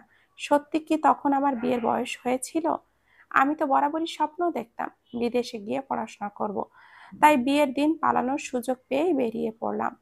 এসএসসি পরীক্ষার ফলাফল আসতে তখন 2 মাস বাকি ছিল। আমি 2 মাস বাংলাদেশে অপেক্ষা করি। রেজাল্ট আসতেই সব কিছু ঠিকঠাক করে চলে গেলাম ইতালিতে। ওখানে পড়াশোনা শুরু করলাম। সালমান আর ইরিনা তখন আমার প্রথম বন্ধু। আমি ওইখানে 3 বছর পড়াশোনা করি। তখনও বাড়ি আসার প্ল্যান ছিল না। তাই ভাবছিলাম কোনো কাজ খুঁজে ওইখানে একটা কাজটা কন্টিনিউ করব। ইরিনার বাবা ইতালিতে নিজস্ব ডিটেকটিভ এজেন্সি চালাতেন। ইরিনার একটা ভাই ছিল, তবে দুর্ভাগ্যবশত সে মাত্র 16 বছর বয়সে মারা যায়। ইরিনার বাবা সবসময় বলতেন আমি নাকি তার ছেলের মতো, তাই আমাকে নিজের সন্তানের মতো ভালোবাসতেন। বলতে গেলে আঙ্কেল আমাকে নিজের পরিবারের একজন ভাবতেন। আঙ্কেল আমাকে তার এজেন্সিতে জবের অফার করেন।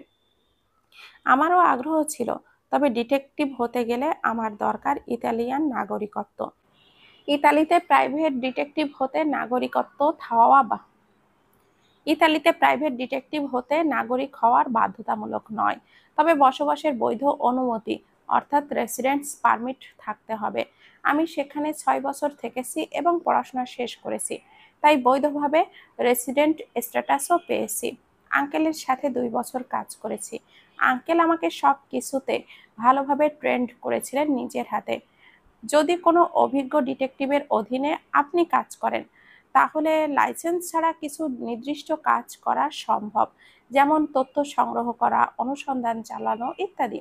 তবে আঙ্কেল চাইছিলেন আমি যেন পরবর্তীতে আঙ্কেলের পুরো এজেন্সির দায়িত্ব নিই এবং ইরিনাকে বিয়ে করি, তাহলে আমি সহজেই নাগরিকত্ব পেয়ে যাব। তবে আমি ইরিনাকে কখনোই সেই চোখে দেখিনি। ইরিনা আমার কাছে অনন্যার মতো। ইতালিতে যাওয়ার পর সালমান, ডেভিড, ইরিনা ওরা আমাকে অনেক সাহায্য করেছে, আমার একাকিত্বে সঙ্গ দিয়েছে, একদম ফ্যামিলির মতো। ইরিনা আমাকে পছন্দ করে সেটা আমি জানি। অনেকবার ওকে বোঝানোর চেষ্টাও করেছি, তবে মুখের ওপরে খারাপ ব্যবহার করতে পারি না। আঙ্কেলের থেকেই গান চালানো শিখেছি। আমি গান চালাতেও পারি। ইনফ্যাক্ট আমার নিশানা খুব ভালো। আর আমাকে কে কিডন্যাপ করতে চেয়েছিল তাও হয়তো আন্দাজ করতে পারছি। কিন্তু একটা কথা পরিষ্কার করে বলি, আমি কোনো মাফিয়া টাফিয়া নই ম্যাডাম। আমার সম্পর্কে ভুল ধারণা বাদ দিয়ে একটু ইতিবাচক দৃষ্টিভঙ্গি নিয়ে ভাবতে পারেন না? নোহা ঠান্ডা গলায় বলল, আমি ইতিবাচক চিন্তাই করি, তবে আপনার গল্পে অনেক কিছুই অজানা দিকও রয়েছে আহির। আহির ভুরু কুঁচকে তাকালো। মানে? আপনি একা একা বাংলাদেশ থেকে ইতালিতে কিভাবে গেলেন? এত টাকা কোথায় পেলেন? আর আপনার সার্টিফিকেট, ভিসা, যা যা দরকার সেসব কোথায় পেলেন? নিশ্চয়ই কেউ আপনাকে সাহায্য করেছে। বলুন কে? আহির হেসে ফেলল। ডিটেকটিভ আপনি? হ্যাঁ, না আমি। এত প্রশ্ন! আহির নোহার একটা হাত ধরে নোহাকে তুলতে চাইল। চলুন, নিচে সবাই অপেক্ষা করছে। আমার একমাত্র বোনের বিয়ে, অনেক কিছু ভেবেছি। আর আপনিও একমাত্র ভাইয়ের বউ, আর আপনাকেও তো কিছু দায়িত্ব নিতে হবে। নোহা তার হাত ছাড়ালো না, বরং নিজের আরেক হাত আহিরের হাত ধরলো। এটা কি এতই গোপন বিষয় আহির? এত কিছু তো বললেন, এতটুকু বলতে কি সমস্যা? আহির গম্ভীর মুখে বলল, এটা তেমন বড় কিছু নয়, আর লুকানোরও কিছু নয়। অনেকেই জানে সালমান, ডেভিড, ইরিনা, কিন্তু আমি যা বলতে চাই না, আপনি সেটা জানার জন্য এতটা আগ্রহী কেন? নোহা উঠে দাঁড়ালো। আপনার স্ত্রী হিসাবে কি এতটুকু জানার অধিকার নেই? আহির এক ধাপ এগিয়ে এসে মুচকি হেসে বলল, আপনি সত্যি নিজেকে আমার স্ত্রী হিসাবে স্বীকার করছেন? কবে থেকে? নোহা চট করে চোখ সরিয়ে নিল। আপনি যা ভাবছেন তেমন কিছু না। আর আমি একটা প্রশ্ন করছিলাম, আপনি কিন্তু এখনো উত্তর দেননি। আহির শান্ত স্বরে বলল, আমি তো কখন থেকে বলার চেষ্টা করছি। কিন্তু তার কথা শেষ হওয়ার আগেই নোহা পেছন ফিরল। হাঁটতে হাঁটতে বলল, তাড়াতাড়ি নিচে চলুন, সবাই হয়তো অপেক্ষা করছে। নোহা, একটা প্রশ্ন আমিও করব, উত্তর কিন্তু আপনাকে দিতেও হবে। আহির একটু হাসলো, তারপর ধীরে ধীরে তার পেছনে হাঁটা ধরলো। এই মেয়েটা যে তার জীবনের একটা জটিল রহস্যের মতো, সেটা আহির আরো একবার টের পেল। সকালের সূর্য উঁকি দিতে না দিতেই বাড়ির আঙিনায় বিয়ের প্রস্তুতি শুরু হয়ে গেছে। বাহিরে সাজসজ্জার কাজ চলছে, রঙিন কাপড়ে ঢাকা পড়ছে প্রবেশদ্বার। একেবারে যেন উৎসবের আমেজে ছড়িয়ে পড়েছে পুরো বাড়িতে। বাড়ির সবাই তখন খাবার টেবিলে বসেছে। নাস্তার আয়োজন বেশ জমকালো। গরম পরোটা, নেহারি, হালকা মিষ্টান্ন আর ধোয়া ওঠা দুধ চা। হাসি আড্ডার মধ্যে সকালের নাস্তাটা চলছিল। হঠাৎই শেহনাজ মীর কিছুটা অন্যমনস্ক ভঙ্গিতে বলে উঠলেন, ভাইজান, আমার একটা কথা ছিল। যদি ঈশানের সাথে নিশির বিয়েটা হয়, তাহলে বিষয়টা কেমন হয়? এক মুহূর্তের জন্য যেন পুরো টেবিলে নীরবতা নেমে এলো। কেউ কোনো কথা বলছে না, শুধু চোখাচোখি হচ্ছে। নিশি চমকে তাকালো শেহনাজ মীরের দিকে, আর ঈশানের কপালে ভাঁজ পড়ল। সালমান তখন গম্ভীর মুখে নাস্তা করছিল। শেহনাজ মীরের কথা শুনে হঠাৎ যেন কিছুটা বিহ্বল হয়ে গেল। মুখের খাবার গলায় আটকে গেল তার। তাড়াতাড়ি করে এক গ্লাস পানি খেয়ে নিল। গ্লাসটা হাতে ধরা রইল, আর দৃষ্টিটা স্থির হয়ে গেল শেহনাজ মীরের দিকে। শেহনাজ মীর খানিকটা বিরক্তির সুরেই বলেন, সবাই এভাবে কি দেখছো? আমার নিশিকে অনেক ভালো লাগে, আর ওকে তো বিয়ে দিতেই হবে। তাই যদি ঈশানের সঙ্গে হয়, তাহলে দুই বোন একসাথে এই বাড়িতে থাকতে পারবে। শেহনাজ মীরের কথায় কেউ কিছুই বলতে পারছিল না, যেন সবাই পরিস্থিতি বুঝে নেওয়ার চেষ্টা করছে। কিছুক্ষণ নীরবে থাকার পর রাউফ মীর গম্ভীর কণ্ঠে বলেন, দেখো শেহনাজ, নোহা আর নিশি দুজনই আমার মেয়ের মতো। তবে বাস্তবতা হচ্ছে নিশির গার্জিয়ান কিন্তু নোহা। তাই ও যা সিদ্ধান্ত নেবে সেটাই চূড়ান্ত হবে। নোহা শান্ত কণ্ঠে বলল, আসলে ঈশানকে নিয়ে আমার কোনো সমস্যা নেই। তবে যেহেতু বিষয়টা নিশি আর ঈশানের জীবন নিয়ে, তাই আমার মনে হয় ওদের মতামত জানা জরুরি। নিশি এতক্ষণ চুপচাপ ছিল, শান্ত কণ্ঠে বলল, আমি আসলে ঈশান ভাইকে নিজের বড় ভাইয়ের মতোই মনে করি। আমি ওনাকে বিয়ে করতে চাই না। শেহনাজ মীর এবার কিছুটা বিরক্ত হয়ে বলেন, এরকম তো কত বিয়েই হয়, এতে সমস্যা কি? বিয়ের পর সব ঠিক হয়ে যাবে। সালমান স্বাভাবিকভাবে বলল, কিভাবে ঠিক হবে? নিশি তো ঈশানের ছোট বোনের মতো, তাই না ঈশান? ঈশান কিছুটা অস্বস্তি নিয়েই বলল, হ্যাঁ হ্যাঁ, তাই তো। তাছাড়া আমি এখন বিয়ে করব না আম্মু, আমি আগেও বলেছি। শেহনাজ মীর কিছু বলতে যাচ্ছিলেন, কিন্তু রাউফ মীর এবার কঠিন কণ্ঠে বলেন, আহ শেহনাজ, দেখছিস তো ওদের কেউই রাজি নয়। তাহলে কেন জোর করছিস? এই বিষয়টা এখানেই শেষ কর। বাড়িতে একটা বিয়ে হচ্ছে, সেটার আয়োজন ঠিকমতো করা হোক।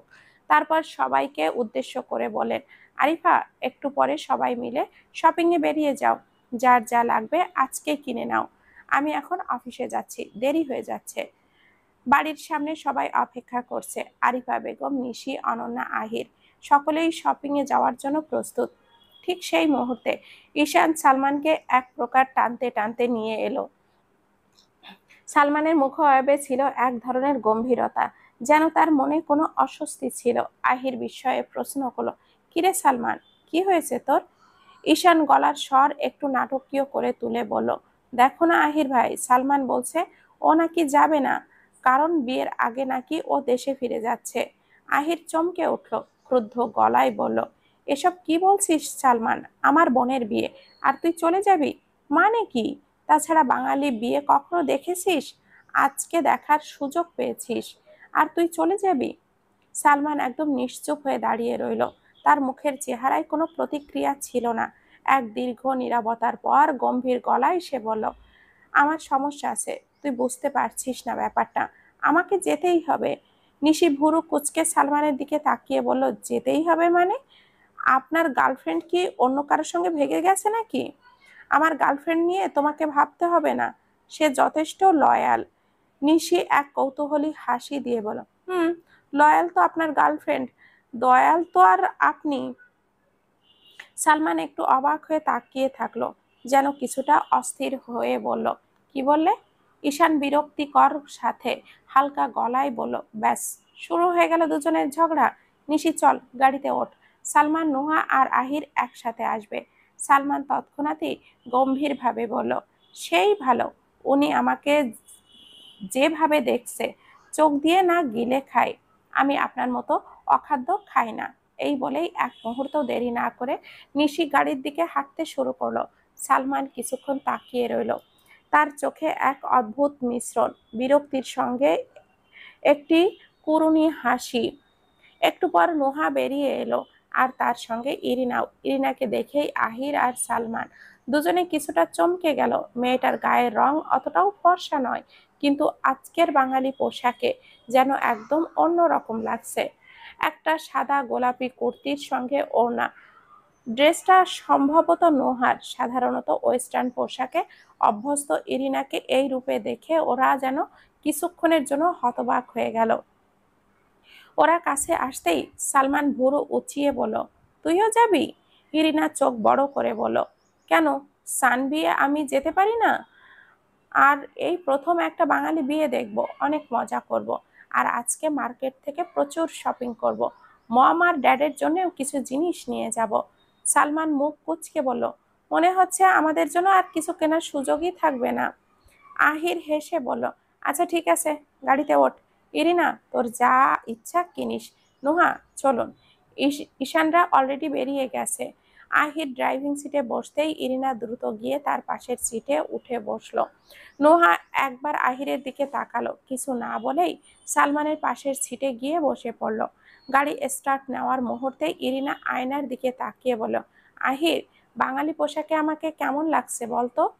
সালমান হঠাৎই গুনগুন করে বলতে লাগলো, পেতনির নাতনি, হুম হুম হুম হুম, আহা হা হা, লা লা লা লা। আহির সঙ্গে সঙ্গে চোখ বড় বড় করলো।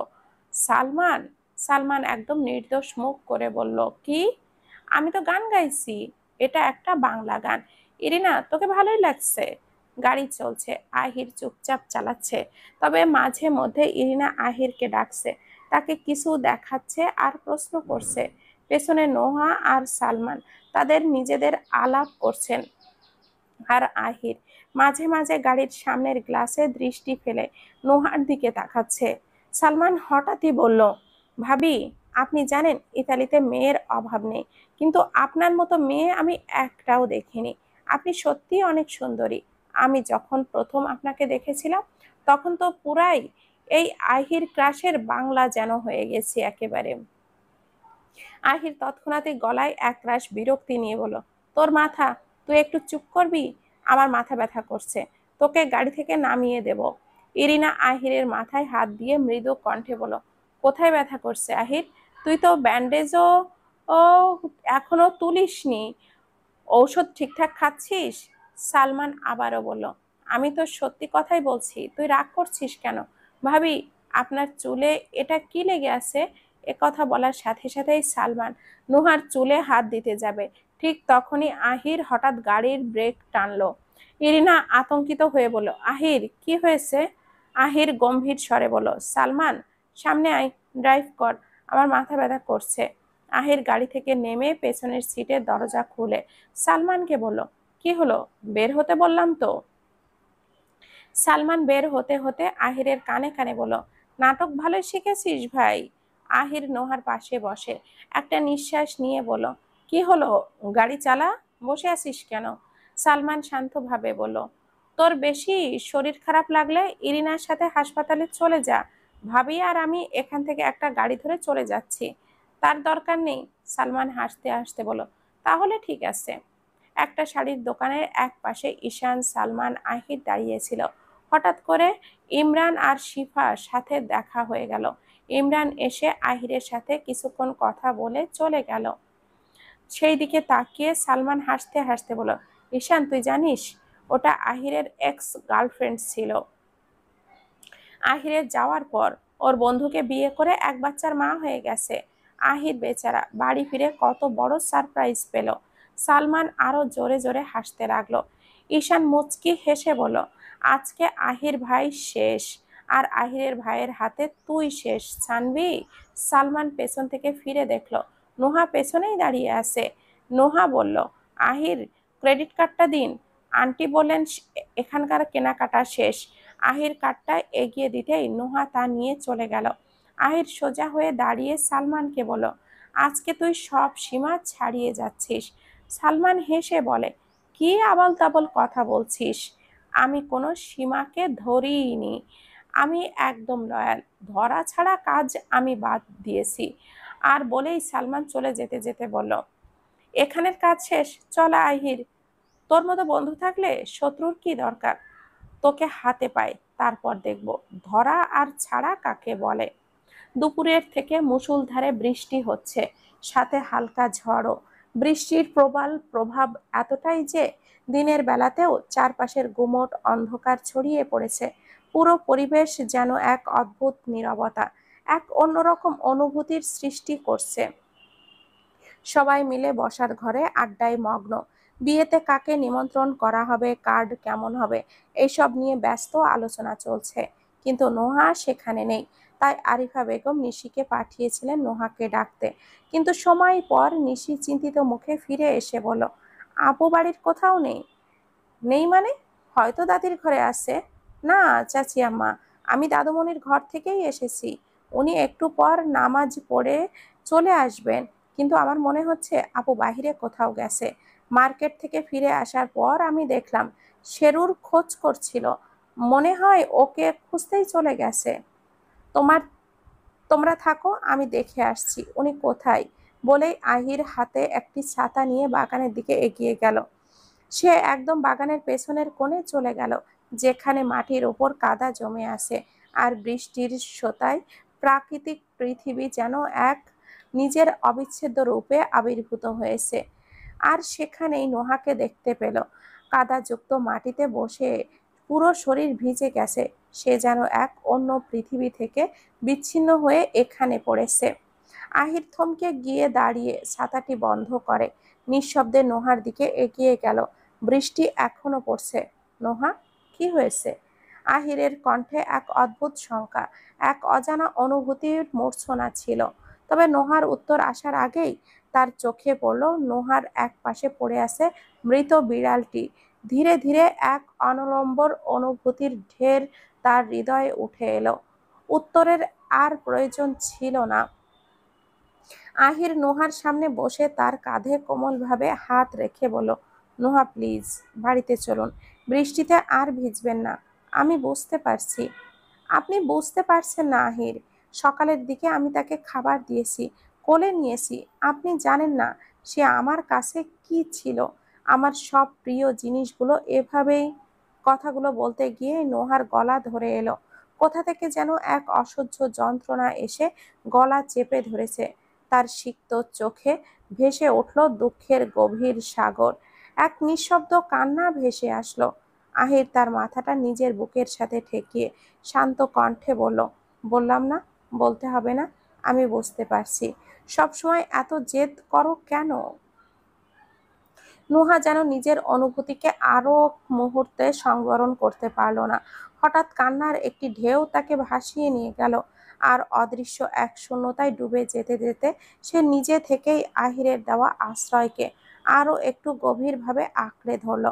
আহিরের হাত থেকে ছাতাটি মাটিতে পড়ল, যেন সমস্ত পৃথিবীর সমস্ত সময় এক পলকে থমকে গেছে। এক মুহূর্তের জন্য আহিরের পৃথিবী যেন শান্ত হয়ে গেল। চারপাশে কোনো শব্দ তার কর্ণভেদ করছিল না। একমাত্র নোহার কান্নার গভীর শব্দ, শোকের নিঃশব্দ যন্ত্রণা বাতাসে ভেসে আসছিল। আহির কিছু একটা গভীর চিন্তায় ডুবেছিল। হঠাৎ নোহাকে কোলে তুলে নিল। নোহার শরীর কাঁপছিল, তার চোখে বিস্ময়ের ছাপ। এই অপ্রত্যাশিত মুহূর্তটি জন্য সে প্রস্তুত ছিল না। কাঁপা কাঁপা কণ্ঠে বলল, আপনি কি করছেন? আমাকে নামান। বলছিলাম না সীমানায় থাকবেন। আহির একটুও বিচলিত না হয়ে শান্ত গলায় উত্তর দিল, অবস্থা দেখছেন আপনার? বৃষ্টিতে ভিজতে ভিজতে আপনি বরফ হয়ে গেছেন, রীতিমতো কাঁপছেন। বলেই সে পদক্ষেপ নিল, যেন তার সিদ্ধান্ত চূড়ান্ত। বাড়িতে প্রবেশ করতেই সবাই স্তম্ভিত হয়ে তাকিয়ে রইল, চোখে চোখে প্রশ্নের এক মৃদু প্রতিধ্বনি। তবে কেউ কিছুই বলল না। আহির সোজা নোহাকে ঘরে নিয়ে গেল। নোহা খাটের মাথায় হেলান দিয়ে বসে আছে, চোখ দুটো ক্লান্ত, তবু ভেতরে চাপা একটা অস্থিরতা কাজ করছে। কোলে মুখ গুজে এক নাগাড়ে কাঁদছে নিশি।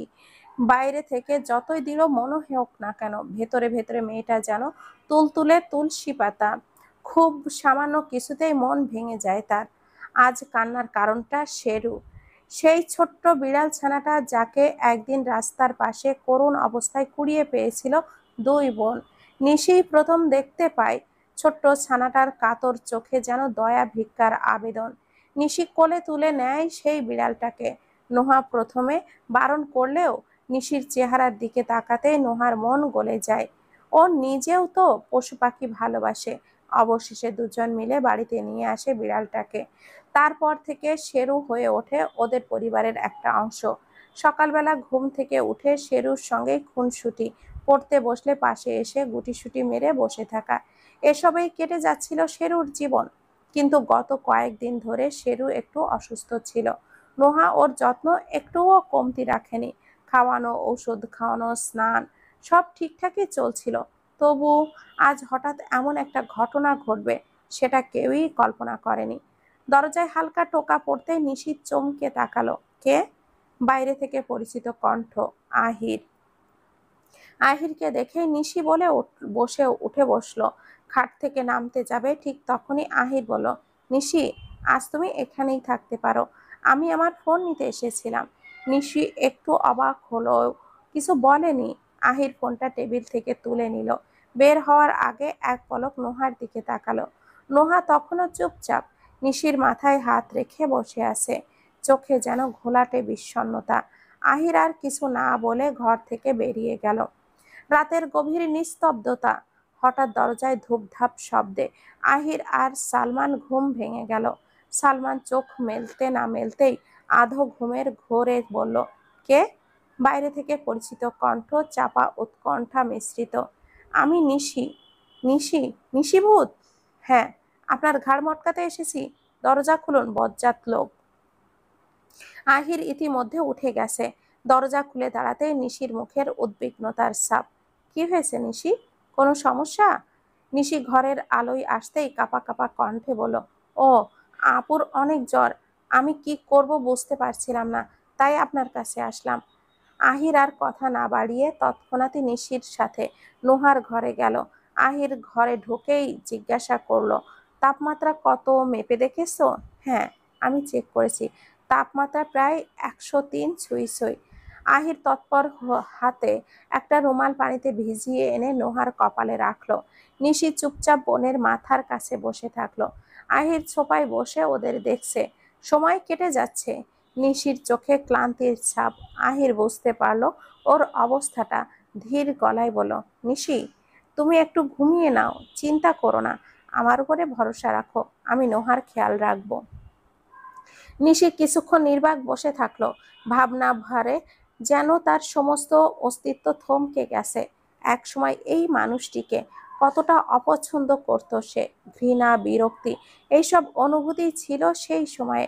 অথচ আজ আহিরকে দেখার পর তার প্রতি তীব্র বিদ্বেষের অনুভূতিটা নিশির অন্তর থেকে কখন যেন লুপ্ত হয়ে গেছে। আহিরের চোখের গভীরে সে যেন নোহার প্রতি নিখাদ ভালোবাসার ছায়া দেখে। সেই চোখের ভাষা কোনোদিন মিথ্যা বলে না। সন্ধ্যার দেখা ঘটনাটা মনে পড়তেই তার ভেতরটা কেমন জানি একটা মোচড় দিয়ে উঠল। নিঃশব্দে উঠে দাঁড়ালো সে। দরজার কাছে গিয়ে একবার পেছনে ফিরে তাকালো। আহির তখনও চুপচাপ বসে আছে, অনিমেষ দৃষ্টিতে তাকিয়ে আছে কোথাও। নিশি একটু থেমে অস্পষ্ট স্বরে বলল, আহির ভাই, আপুর খেয়াল রাখবেন। কথাটুকু বলে ধীর পায়ে সরে গেল নিশি। আহির খেয়াল করলো নোহার ঠোঁট কাঁপছে। জ্বরের ঘোরে অস্পষ্ট কিছু শব্দ ফিসফিস করে বেরিয়ে আসছে তার ঠোঁটের কোণায়। গুঞ্জনের মতো সেই শব্দগুলো স্পষ্ট নয়, ধীরে ধীরে উঠে এসে নোহার মাথার পাশে বসলো সে। নিস্তব্ধ ঘর, মৃদু আলো, সবকিছু যেন থমকে আছে এই দুজনের নিঃশ্বাসের ভারে। আহির হাত বাড়িয়ে রুমালটা তুলে নিল, ঠান্ডা পানিতে ভিজিয়ে এনে আলতো করে রাখলো নোহার কপালের উপর। কয়েক মুহূর্ত চুপচাপ তাকিয়ে থাকলো আহির, চোখ নামিয়ে আনলো নোহার মুখের কাছে, কানটা এগিয়ে দিল। নোহার কি যেন বলছে, খুব মনোযোগ দিয়ে শোনার চেষ্টা করলো, কিন্তু শব্দগুলো যেন দূরের মেঘের গুঞ্জনের মতো। তবুও নেই। আহির গলায় চাপা সুরে ডাকলো, নোহা, নোহা শুনতে পাচ্ছেন? একটু উঠুন, আপনার ওষুধ খাওয়া দরকার। নোহা ধীরে ধীরে চোখ খুলল। চোখ দুটি ছিল জ্বরের কুয়াশায় ঢাকা, ক্লান্তিতে ভরা। তার মুখে বিস্ময়ের ছাপ ফুটে উঠল। কিছুক্ষণ চুপচাপ তাকিয়ে রইল, তারপর কষ্টের সুরে বলল, আপনি এখানে কি করছেন? আপনি আবার নিজের সীমা ভুলে গেছেন? আমার কাছে কেন এসেছেন? আহির কোনো উত্তর দিল না, একটু কথা না বলে উঠে গেল। কিছুক্ষণ পর ফিরে এসে হাতে কয়েকটি ঔষধ আর গ্লাস ভর্তি পানি নিয়ে নোহার দিকে এগিয়ে দিল। এগুলো খান, জ্বরটা বেশি। নোহা দুই হাত বাড়াতে যাচ্ছিল, কিন্তু হঠাৎ থমকে গেল। তার মুখটা কুঁচকে গেল, যেন এক মুহূর্তের জন্য কিছু ভয় কিংবা অস্বস্তি তাকে আচ্ছন্ন করে ফেলেছে। এক মিনিট, এক মিনিট, আহির, দূরে থাকুন, আমার কেমন যেন, বলে নোহা খাট থেকে নামার চেষ্টা করছিল। কথা শেষ হওয়ার আগে নোহা কাঁপতে কাঁপতে বমি করে ফেলল।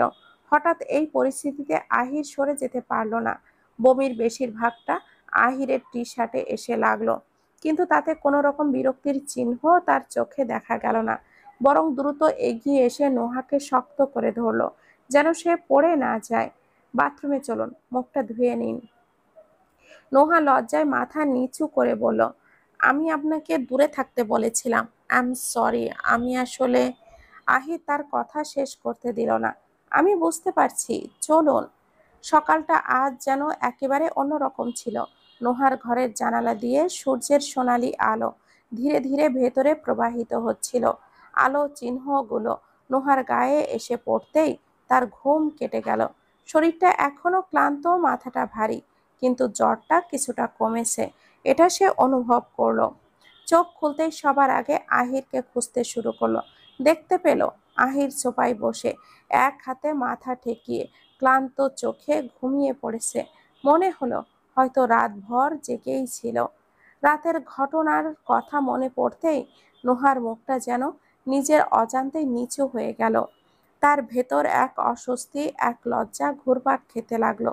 এই মানুষটাকে সে কতবার অপমান করেছে, কতবার দূরে সরিয়ে রাখেছে, তবুও কখনো তাকে এতটুকু আঘাত দেয়নি আহির। বরং বিপদের মুহূর্তে, যখন তাকে সবচেয়ে বেশি দরকার ছিল, তখনই সে পাশে দাঁড়িয়েছে। জ্বরের ঘোর কেটে গেলেও শরীরটা তবুও দুর্বল। উঠে দাঁড়াতে গিয়ে হাতটা পাশের টেবিলে রাখা গ্লাসে লাগলো। টুং শব্দ হলো, আর গ্লাসটা ছড়িয়ে পড়লো মেঝেতে, চূর্ণ বিচূর্ণ হয়ে। আহির ঘুম থেকে চমকে উঠে বসে গেল। আপনি উঠে গেছেন? তারপর সঙ্গে সঙ্গে নোহার দিকে এগিয়ে এসে বলল, কেমন লাগছে এখন? জ্বরটা কমেছে? আহির হাত বাড়িয়ে তার মাথায় হাত দিতে গিয়েছিল, কিন্তু মুহূর্তেই যেন নিজেই সরে গেল। ভালো লাগছে, জ্বর নেই মনে হয়, বলেই এক ঝটকায় আহিরের হাতটা ধরে নিজের কপালে ঠেকালো। দেখুন, জ্বর কি এখনো আছে? আহির কিছুটা অবাক হয়ে নোহার স্পর্শে স্থির হয়ে দাঁড়িয়ে রইল। জ্বর তো নেই, তবে আপনি এমন ভুলভাল কাজ করছেন কেন? নোহা তার হাত ছেড়ে উঠে দাঁড়াতেই চেষ্টা করছিল, কিন্তু ঠিক তখনই আহির তার হাতটা ধরে একটু টান দিল। নোহা ভারসাম্য হারিয়ে সোজা আহিরের বুকের উপরে এসে পড়ল।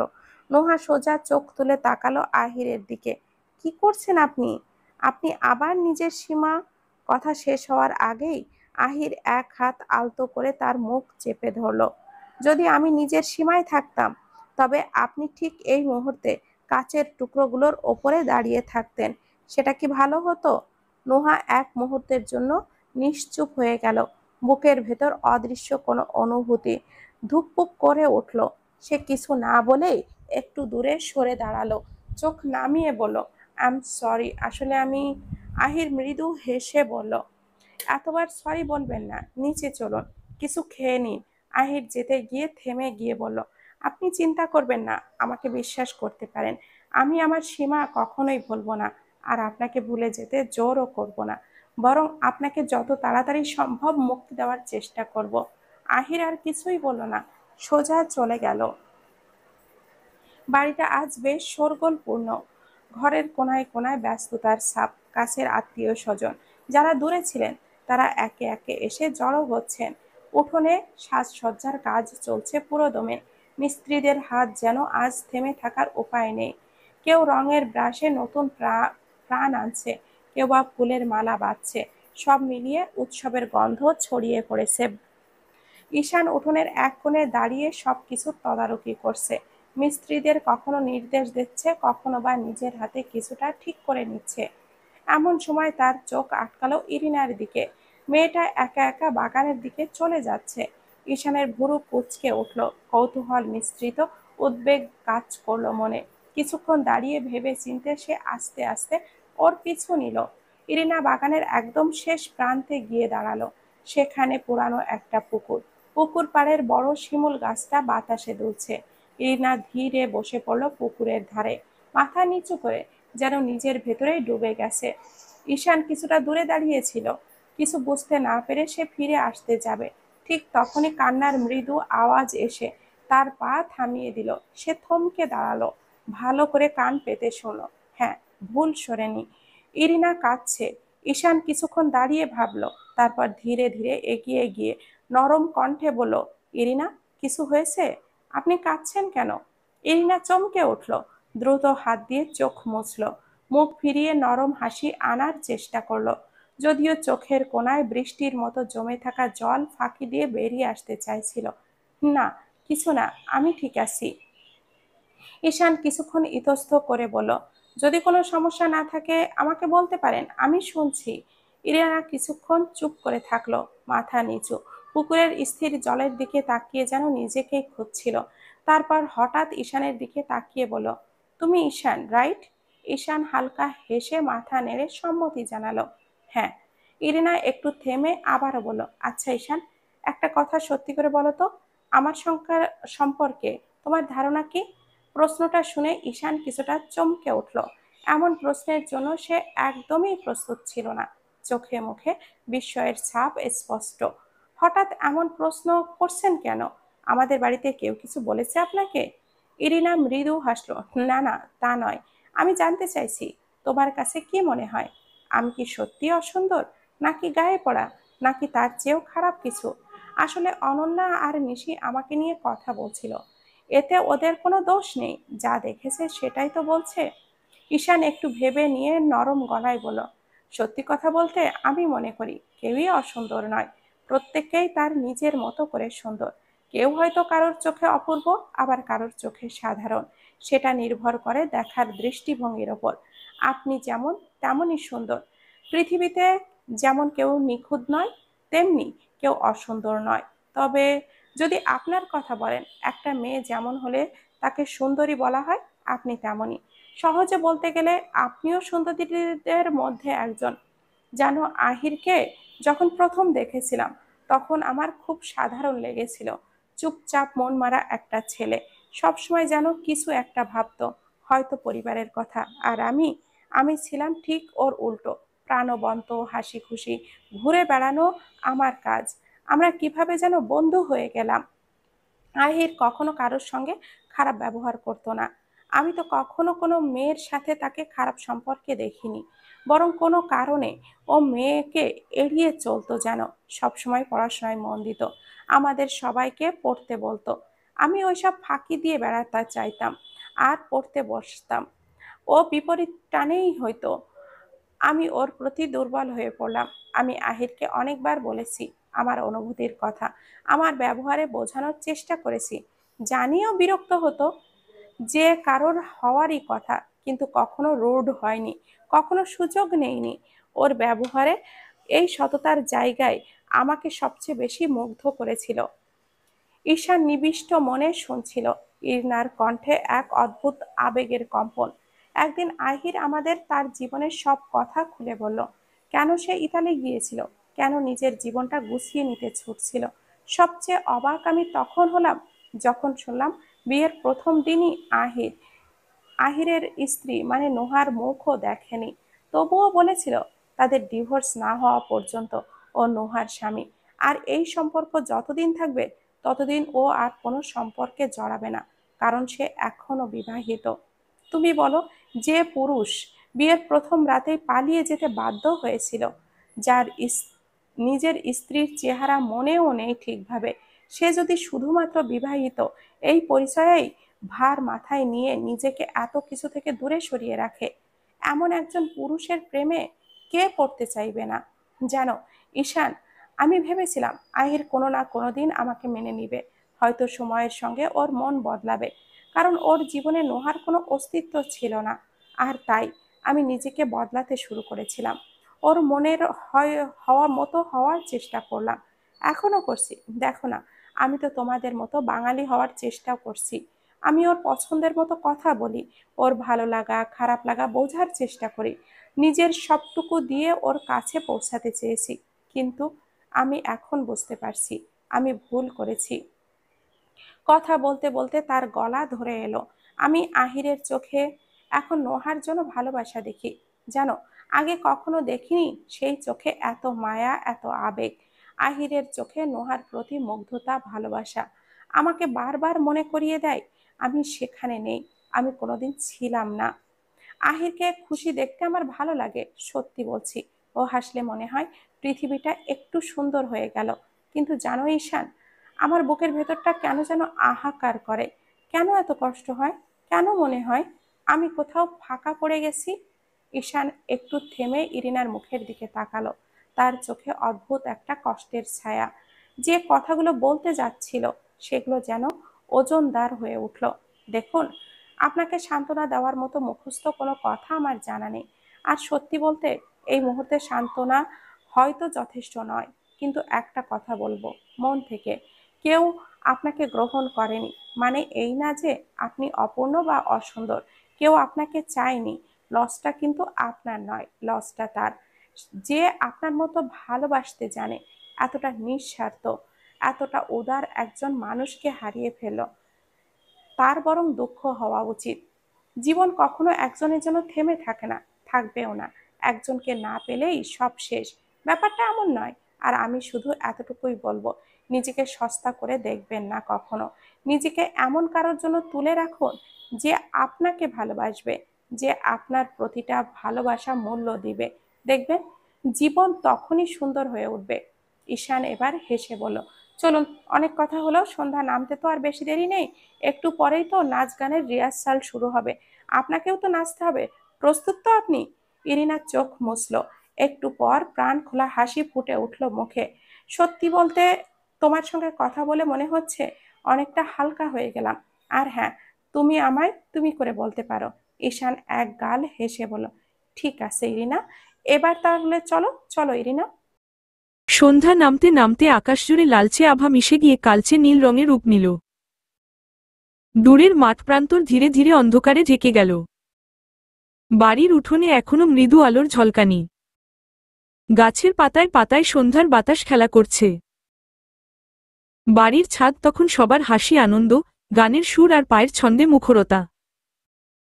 নাচ গানের রিহার্সাল জমে উঠেছে।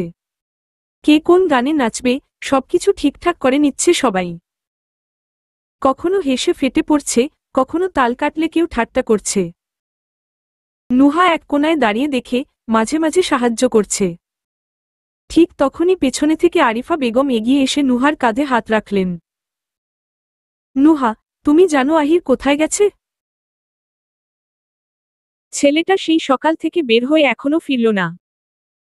আমি ভেবেছিলাম অফিসে গেছে, কিন্তু ওর বাবা তো বিকেলেই এসে বলল অফিসে নাকি যায়নি আহির। তোমাকে কিছু বলে গেছে? নুহা একটু চমকে উঠল। আমি আমি জানি না আন্টি, উনি আমাকে কিছুই বলেননি। আরিফা বেগমের কপালে ভাঁজ পড়ল। তুমি একবার ফোন করে দেখো তো, বলো যেখানে থাকুক যেন এখনই ফিরে আসে। আমার তো রান্নাঘরে যেতে হবে, অনেক লোকজন, রমা একা কুলোতে পারছে না। বলেই তাড়াহুড়ো করে নিচে নেমে গেলেন আরিফা বেগম।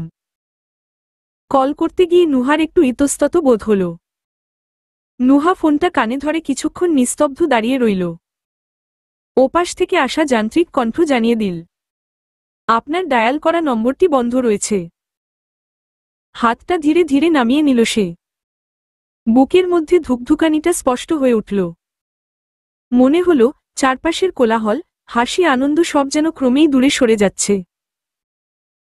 ছাদে এখনো সালমান গলা মিলিয়ে বাংলা গান গাওয়ার চেষ্টা করছে, তাতে বাকিরা হেসে লুটোপুটি খাচ্ছে। কিন্তু নুহার কানে সে হাসির শব্দ আর ভালো লাগছে না। বরং মনে হচ্ছে অদৃশ্য একটা অশনি সংকেত তার চারপাশ ঘিরে ফেলছে। ফোন বন্ধ কেন? নিজের মনেই বিড়বিড় করে উঠল নুহা। কিছুক্ষণ আগে সালমানের ঠাট্টা মশকরা করা কথা মনে পড়ল। আপনার বরের নাম্বার আপনার কাছে নেই, বিষয়টা ভালো দেখায় না। কথাটা কেন জানি এখন কাটার মতো বিঁধছে নুহার মনে। সত্যিই তো, আহিরের নাম্বার কেন তার কাছে নেই? যাই হোক না কেন, ওরা তো এক ছাদের নিচে থাকে। নুহা অসহায়ভাবে চারপাশে তাকাল। সবার ব্যস্ততা, আনন্দ, সাজসজ্জার প্রস্তুতি, সবকিছুতেই যেন সে এক অচেনা অতিথি। একটা সময় ছিল যখন আহিরকে নিয়ে এমন চিন্তা করার প্রয়োজন হতো না। কিন্তু এখন কেন আহিরের জন্য এতটা মন ব্যস্ত হচ্ছে? সেদিনের সেই ভয়ানক ঘটনার কথা নুহার বারবার মনে পড়ছে। আহিরের সাথে যদি আজও খারাপ কিছু ঘটে? নুহার বুকের ভেতরটা কেমন যেন মোচড় দিয়ে উঠল। সে আবার ডায়াল করল আহিরের নাম্বার। ফোন বন্ধ রয়েছে। আবার সেই একই উত্তর। এবার সত্যিই আতঙ্ক গ্রাস করল। নুহা চুপ করে দাঁড়িয়ে আকাশের দিকে তাকাল। সন্ধ্যার আবছা আলোয় আকাশটাও যেন ভারী মনে হচ্ছে। মনের মধ্যে প্রশ্ন, ভয় আর একরাশ উদ্বেগ। আহির, কোথায় আপনি?